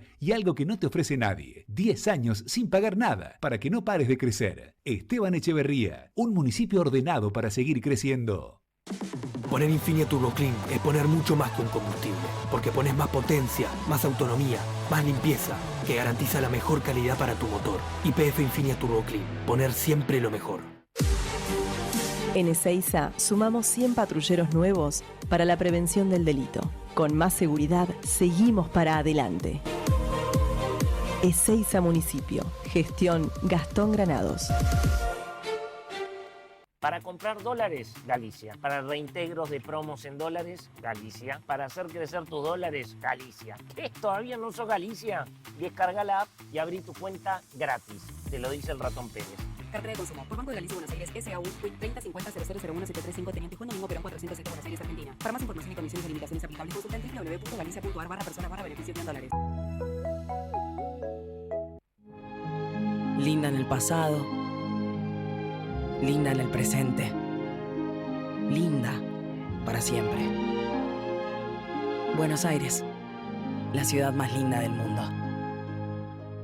En Edesur ponemos el foco en lo importante, en vos, que cada día haces un uso más consciente de la energía, en nosotros, que seguimos trabajando, invirtiendo y mejorando, en la atención para cuando todo funciona y también cuando no, siempre enfocados en lo que hay que hacer. Edesur. Legislatura porteña. Entérate de todo lo que estamos haciendo. Ingresá a legislatura.gov.ar para saber más. Nos une la ciudad.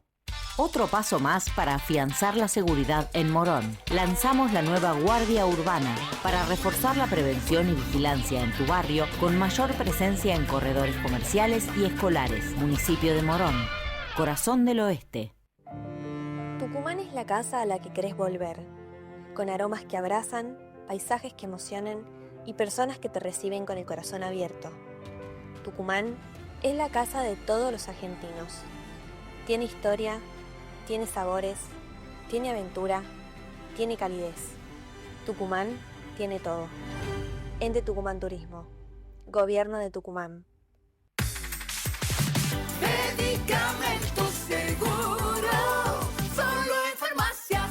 Es un consejo del Colegio de Farmacéuticos de la Provincia de Buenos Aires. En Merlo continuamos haciendo obras que cambian la vida de nuestros vecinos. Pavimentación de la calle Almirante Brown, obra hidráulica Arroyo Granaderos, repavimentación de la avenida San Martín, repavimentación de la calle Zapaleri y muchas otras obras más. Gobierno del Pueblo de Merlo. Gustavo Menéndez, Intendente. Si querés emprender, abrir un comercio, empresa o industria, en 3 de febrero sos bienvenido. Te decimos gracias. El costo para habilitar acá es 0, como lo escuchaste. La habilitación es gratis. Además, eliminamos más de 100 tasas y trámites para cuidar tu economía sin trabas ni burocracia. En estos tiempos, más que nunca, estamos del lado del laburo y de los que producen. Más info en 3defebrero.gov.ar. Municipalidad de 3 de Febrero. De 10 a 12 entra a La Trinchera que hay lugar. En La Trinchera, con Gustavo Tubio.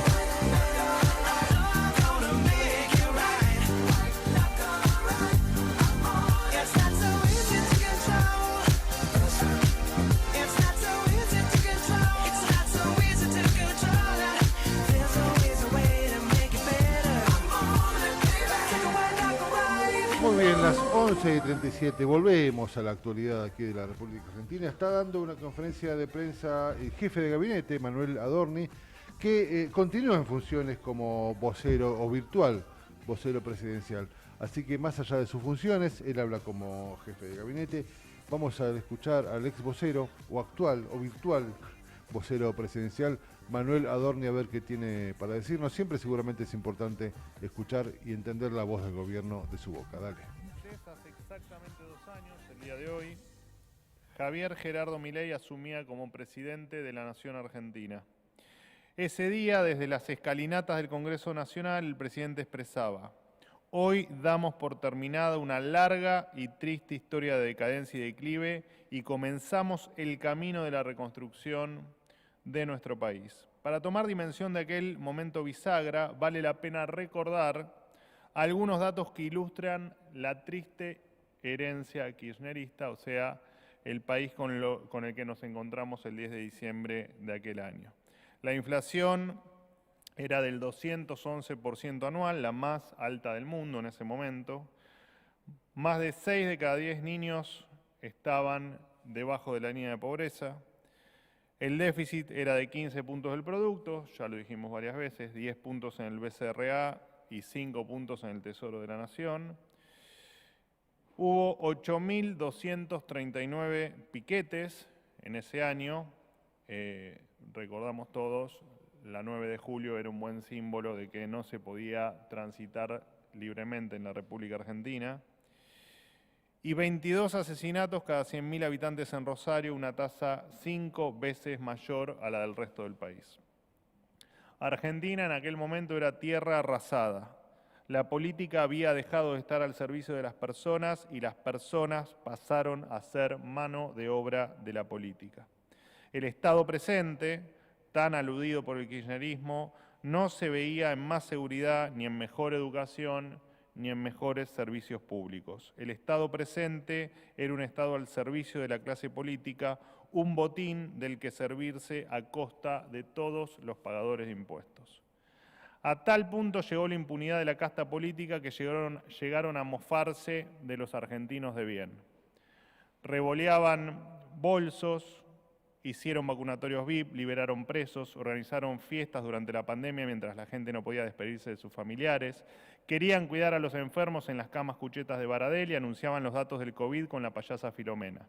Llegaron a la mesa contra el hambre o a la mesa del hambre en autos de lujo, se beneficiaron de la obra pública y los seguros del Estado, mandaban a sindicalistas a controlar precios, midiendo el tamaño de las góndolas con 1 metro. En el contexto de la invasión a Ucrania, el presidente Fernández anunciaba el inicio de la guerra contra la inflación, combatían la violencia de género inaugurando bancos rojos, impusieron el lenguaje inclusivo para todos los documentos del Estado, inauguraban hospitales sin insumos, gastaban el dinero de los contribuyentes en bubucelas, geles íntimos y penes de madera, regalaron bicicletas y viajes de egresados, pusieron como canciller a un funcionario que mostró severas dificultades en el uso del idioma inglés, se aliaron a Irán, Cuba, Nicaragua y condecoraron al dictador Maduro y hasta navegaban en yates en el Mediterráneo mientras la vida de los argentinos empeoraba cada vez más.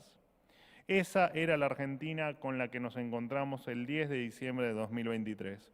Una Argentina pobre, caótica e insegura donde el ciudadano promedio no tenía forma de prosperar. Por eso, la reconstrucción, a la que aludía el presidente, se ancló en 3 mandatos esenciales, condición necesaria para que la gente pueda ejercer su libertad y progresar. 1, pulverizar el déficit fiscal y la inflación. 2, garantizar el orden público y de forma más extendida el orden en cada área de gestión. Y 3, sacarle el peso del Estado a los argentinos, conocido popularmente esto como Plan Motosierra.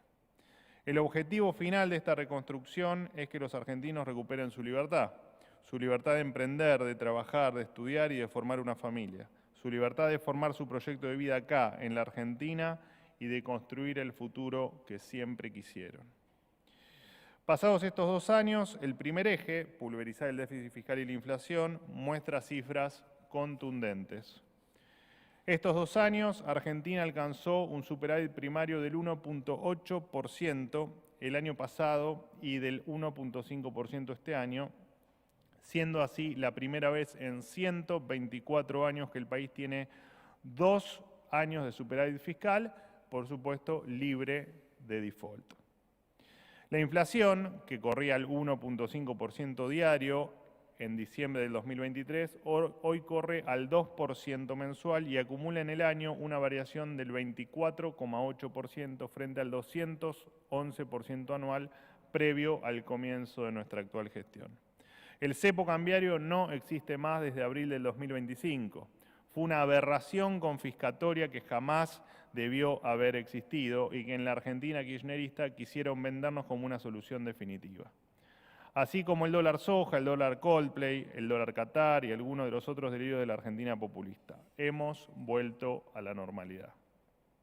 La deuda pública consolidada disminuyó 50.000 millones de dólares, lo que convirtió a este gobierno en el primero en desendeudar al país en décadas, por lo que no hay nueva deuda. Le recordamos al gobernador de la provincia de Buenos Aires que sin déficit no hay nueva deuda. Producto de la solidez macroeconómica, el riesgo país hoy se ubica en torno a los 634 puntos básicos y Argentina volvió al mercado de capitales, un hito importante en el camino hacia una economía normal. Como consecuencia del orden económico y principalmente de la baja de la inflación, la pobreza pasó del 52,9% al 31,6% según el INDEC, que dicho sea de paso es un organismo autárquico y que mantiene al mismo director, a su mismo titular, desde el gobierno anterior. El salario formal privado, que se ubicaba en torno a los $300 cuando asumió el presidente, hoy se ubica en los $1.100 y los jubilados, que durante el gobierno de Alberto Fernández habían perdido el 40% de su poder adquisitivo, hoy actualizan mensualmente acorde a la inflación.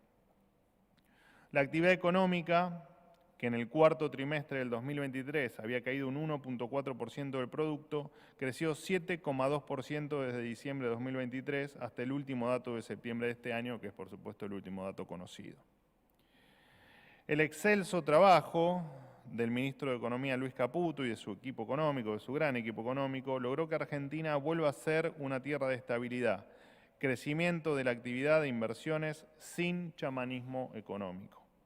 En el marco del régimen de grandes inversiones se anunciaron proyectos por 53.087 millones de dólares, de los cuales ya se aprobaron inversiones por 24.814 millones de dólares. Este año, Argentina alcanzó el récord de producción de hidrocarburos con el superávit energético más alto desde 1998 y el nivel de exportaciones mineras más alto en 14 años. 4.870 millones de dólares en los primeros 10 meses del año. En el marco de la ley base se aprobó la privatización de AISA, Aerolíneas Argentinas, Núcleo Eléctrica, Belgrano Cargas y Logística, Enargas y Transener-Citelec. Estamos perfeccionando la gestión de las empresas públicas para sanearlas y venderlas al sector privado al mejor precio posible. Además, se avanzó con la concesión de rutas y obras de infraestructura clave como puertos y la hidrovía Paraguay-Paraná. El 10 de diciembre de 2023, algunos auguraban un dólar a 3.000 pesos, y más también, ¿no? Saqueos y la caída de este gobierno a los 3 meses de gestión. Los más optimistas creían llegar a un equilibrio fiscal en la segunda parte del año 2024. En estos 2 años de gobierno pasamos de querer sacarnos de encima los pesos antes de que los devore la inflación a la tranquilidad de saber que mañana todo va a estar más o menos igual que hoy. Fruto de esta nueva normalidad, hoy volvieron los préstamos hipotecarios a la Argentina con un aumento del 386% con respecto al 2023 y los patentamientos de autos y de motos aumentaron un 30% y un 24% respectivamente en comparación también con el año 2023. El segundo eje, garantizar el orden público, mostró grandes avances gracias al enorme trabajo de los Ministerios de Seguridad Nacional, de Justicia, de Capital Humano y de Defensa. Los piquetes, como dije al principio, pasaron de 8.239 al año cuando iniciamos nosotros la gestión en el 2023 a 0. Esto no solo tiene que ver con el rigor del cumplimiento de la ley de las fuerzas de seguridad, hasta hace poco conducidas por la doctora Bullrich, también tiene que ver con la decisión del Ministerio de Capital Humano, liderado por Sandra Petovelo, de cortar con la intermediación de los planes sociales.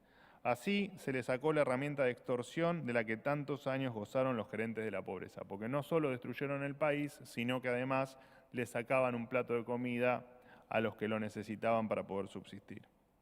Garantizar el orden público implica también poner fin a la barbarie del crimen y de la delincuencia. Las políticas garantistas de los últimos 20 años han hecho de la Argentina un verdadero baño de sangre. Los delincuentes caminaban libres por las calles, mientras los argentinos de bien se veían obligados a encerrarse tras las rejas en sus hogares. Gracias a la doctrina Bullrich, los homicidios bajaron un 11,5% en 2024 y se alcanzó la cifra más baja de los últimos 25 años, del último cuarto de siglo. Muy bien, allí escuchamos a Manuel Adorni casi en un alegato, ¿no? Más allá de recordar los 2 años de gobierno o de la asunción de Milei, lo que está haciendo, bueno, es parte de esta batalla cultural, ¿no? Que algunas cosas claramente son verdad y, bueno, está haciendo un poco de apoyo a la campaña política que suma a esta batalla cultural. A nosotros, por lo menos a mí, me gustan más las preguntas y no los discursos escritos, sean ciertos o no, ¿no? Por eso, si te parece, vamos a cambiar absolutamente acá el ángulo de información. Quise decir siempre eso, te agradezco. Vamos a cambiar el ángulo de la información. Podría irme a mi casa, yo ya terminé, es todo lo que quería decir. Vamos a hablar de fútbol, querido amigo. Vamos a contactarnos, y está del otro lado ya Agustín Taranta para hablar de esto que tanto nos apasiona. Agustín, ¿cómo va? ¿Cómo les va? Buen día. Muy bien, querido amigo, todo en orden. Bueno, tenemos 10 minutos para hablar de fútbol. Cuénteme en principio si tiene novedades y si sabe o se imagina qué podrá pasar con Boca, con Úbeda. Parece que no se han reunido, que ayer hubo una suerte de reunión en la que simplemente habló el técnico, pero no se han reunido con Riquelme, ni él ni gente del consejo, o bueno, el ex consejo de la mano de Delgado. ¿Se sabe algo de lo que puede ocurrir? Mira, lo que se está diciendo en las últimas horas, lo que se dio ayer en el predio, es que Riquelme le dijo a Úbeda y a su cuerpo técnico que empiecen a planificar la pretemporada para el año 2026, que arrancaría el 2 de enero. Esto sorprendió al mundo Boca, obviamente, claro. Después se dio el día domingo, mucha gente estaba, con pocas ganas que Claudio Úbeda siga siendo el técnico de Boca, pero aparentemente esto es lo que decidió Riquelme. Ven una buena relación con el plantel, hicieron bien las cosas, que según el presidente, ¿no? Que cumplieron el objetivo de volver a competir en la Copa Libertadores y lo habría ratificado en el mando por lo menos hasta junio del 2026. Esto todavía no es oficial, pero es lo que anda circulando por los pasillos de Boca predio, así que... Bueno, es algo bien distinto a lo que se planteaba ayer y antes de ayer, ¿no? Cambio rotundo. Sí, absolutamente. Yo imaginaba otra situación, pero bueno, se ha modificado el pensamiento de lo que se creía que pensaba Román, así que veremos. Yo me imagino a la gente de Boca cansada de competir, ¿no? Yo me imagino a la gente de Boca pensando en ganar algo, no en competir, que es lo que parece que se está planteando, ¿no, Agus? Igual, bueno, hace 3 años ya que Boca no gana un título. Era la palabra, ¿se acuerda que era la palabra casi que usaba todo el tiempo Gago? Queremos competir, estamos compitiendo, la idea es competir. Me parece que Boca tiene que ganar, no competir. Claro. No, yo creo que para ningún equipo grande alcanza a competir, menos con la cantidad de torneos y posibilidades que hay hoy en día para los equipos argentinos de salir campeón, y Boca no se puede dar el lujo de solamente competir, al igual que River. Ya son 3 años sin títulos para el Xeneize, que el último título también hay que recordar que fue una Supercopa contra Patronato a partido único. Después nos tenemos que remontar al campeonato del 2022, inicios del 2022, así que muchísimo. ¿Quién era el conductor técnico ahí, el técnico de Boca en el 2022? ¿Era Bataglia? Bataglia, exactamente. El último campeón con Boca fue Sebastián Bataglia. Sí, después qué increíble, es verdad. Que llegó a la final de la Copa Libertadores, pero se fue sin ningún título. Y Fernando Gago, Herrón, y ahora Miguel y Úbeda, sin títulos por el momento. Boca, desde que Riquelme es el presidente todavía no ha conquistado ningún título, sí como vicepresidente, pero yo creo que también no hay ningún técnico disponible actualmente que mueva la aguja realmente y que haga volver a empezar de cero otra vez, como prácticamente no sé, me animo a decir los últimos 10 años de Boca, siempre Boca arrancó con un técnico distinto, así que bueno, es una decisión, no sé si acertada, pero yo creo que busca seguir por este camino, por la buena... Se busca la continuidad, de Úbeda y la buena relación que tiene Úbeda con los jugadores. Claro. Lo que sí le propusieron es traerle le pusieron a disposición un nuevo ayudante de campo, porque bueno, él era el ayudante de campo, y está solamente con Juvenal Rodríguez y su preparador físico, y ofrecieron entre muchos que Mariano Ron, el que está actualmente en la reserva, se sume al plantel profesional, sino también se habla de Javier García, el cuarto arquero de Boca, que probablemente se retire en estos días. Amigo de Riquelme, ¿no? Que siempre se lo ha tildado a veces, yo no sé si es cierto o no, pero medio que a algunos planteles no le caía muy en gracia el hecho de la amistad con Riquelme, porque parecía como un topo buen informante también, ¿no? De lo que sucedía en el vestuario, ¿no? Exactamente. Bueno, esas son las propuestas de Boca como para terminar de conformar el cuerpo técnico. Veremos en estos días. Boca ya quedará licenciado, como dije, volverá recién el día 28 de diciembre para hacerse los estudios médicos, y el 2 de enero probablemente inicie la pretemporada, en principio en Boca Predio, ahí en Ezeiza, con posibilidades de jugar amistosos a mediados de enero, con por ejemplo el Inter de Miami, de Lionel Messi, una mini gira por Estados Unidos, todavía no está confirmado. Pero bueno, empezaron a despedirse los jugadores de Boca que ya terminaban su contrato. Se fue Frank Fabra. Exactamente, Frank Fabra, después de 10 años en la institución, se despidió de sus compañeros, de la gente del club, y todavía, sin destino el colombiano de Boca, y escuchará ofertas. Yo creo que es un jugador que podría seguir tranquilamente en el fútbol argentino. Es un argentino más, 10 años viviendo en el país. Y el sueldo que cobraba en Boca, en Boca era bastante abultado, y ahí tal vez lo aleja un poco del fútbol argentino. Pero sí es cierto que es un tipo de jerarquía, al que le fue mal en el último tiempo, porque tal vez tuvo algunas rojas injustificadas, qué sé yo, pero cuando llegó y cuando estuvo en su mayor nivel, es un gran jugador, Tal cual. Bueno, veremos qué es del futuro. También se fue Cristian Lema. Mañana... Lema, me había olvidado de Lema, que era el central que Boca necesitaba, y no pasó nada con Lema, ¿no? No sé si fue por lesiones o qué. Pero, muchas lesiones. Claro. Después tuvo actos de indisciplina que lo alejaron un poco de la concentración, primero de Gago y luego, de Miguel, ni hablar, no llegó ni siquiera a concentrar con Miguel Ángel Russo. Nacho Miramón vuelve a Francia de su préstamo, también otro jugador con muy poco rodaje. Y una lista infinita de jugadores que se deberán buscar club a partir del 2 de enero, que todavía no han salido a la luz, pero imaginamos Hanson, Martegani. ¿Y Blondel qué onda? Lo de Blondel es raro. Yo tenía la información de que al cuerpo técnico no le gustaba que su pareja sea tan expuesta mediáticamente, que tenga llegada directamente a los canales deportivos, pero en los últimos meses la verdad que eso quedó totalmente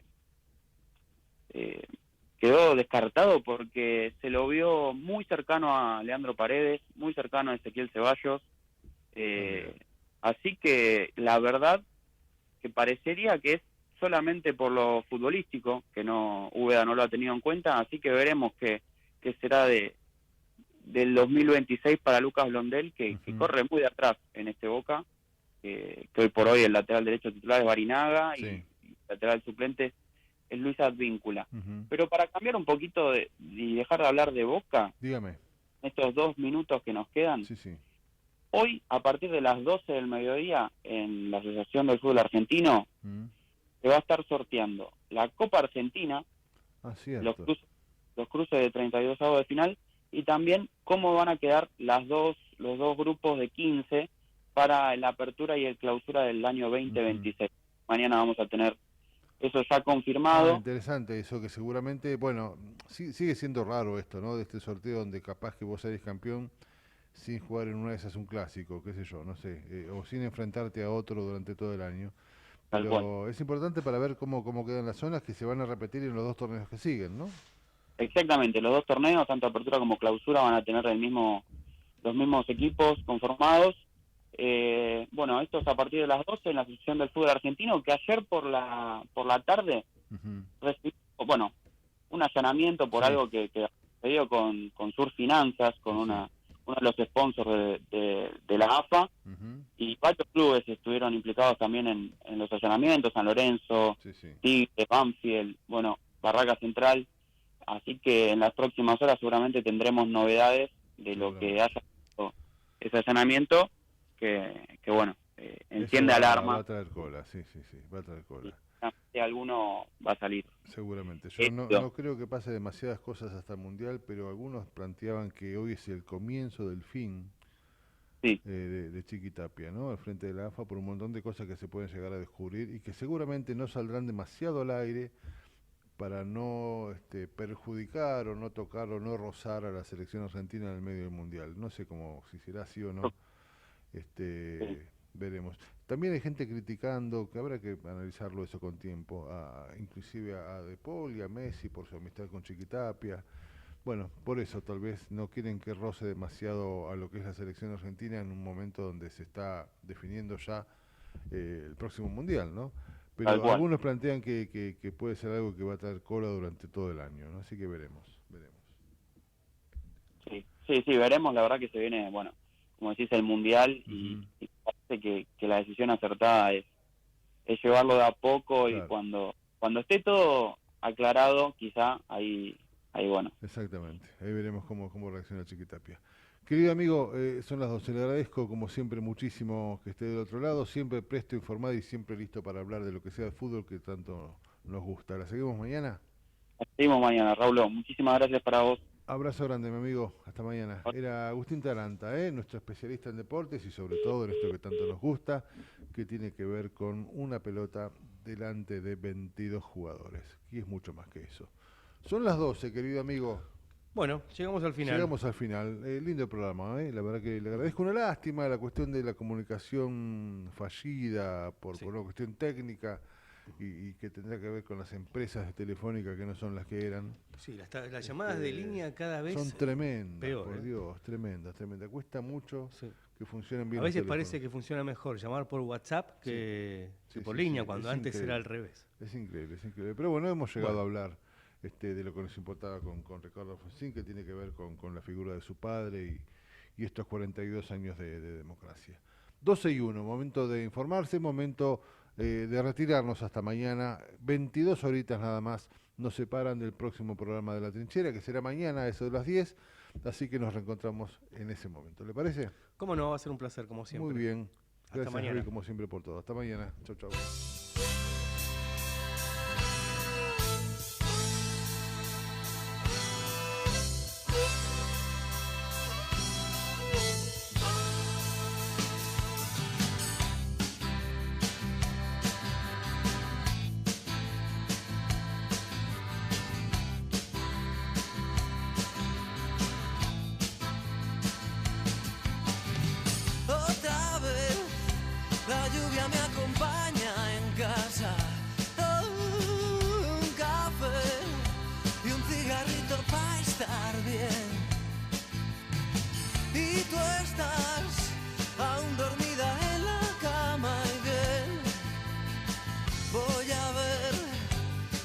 En la ventana, escribir, tengo que escribir a mi hermana y comprar azúcar que se acabó ayer y pasear al perro en la mañana, pero no, creo que me volveré a la cama. Y acurrucados el mundo es diferente, calor humano y hambre que compartir. Y a trinchera no quiero salir. Desde Buenos Aires, transmite LRI 224, AM 1220, Ecomedios,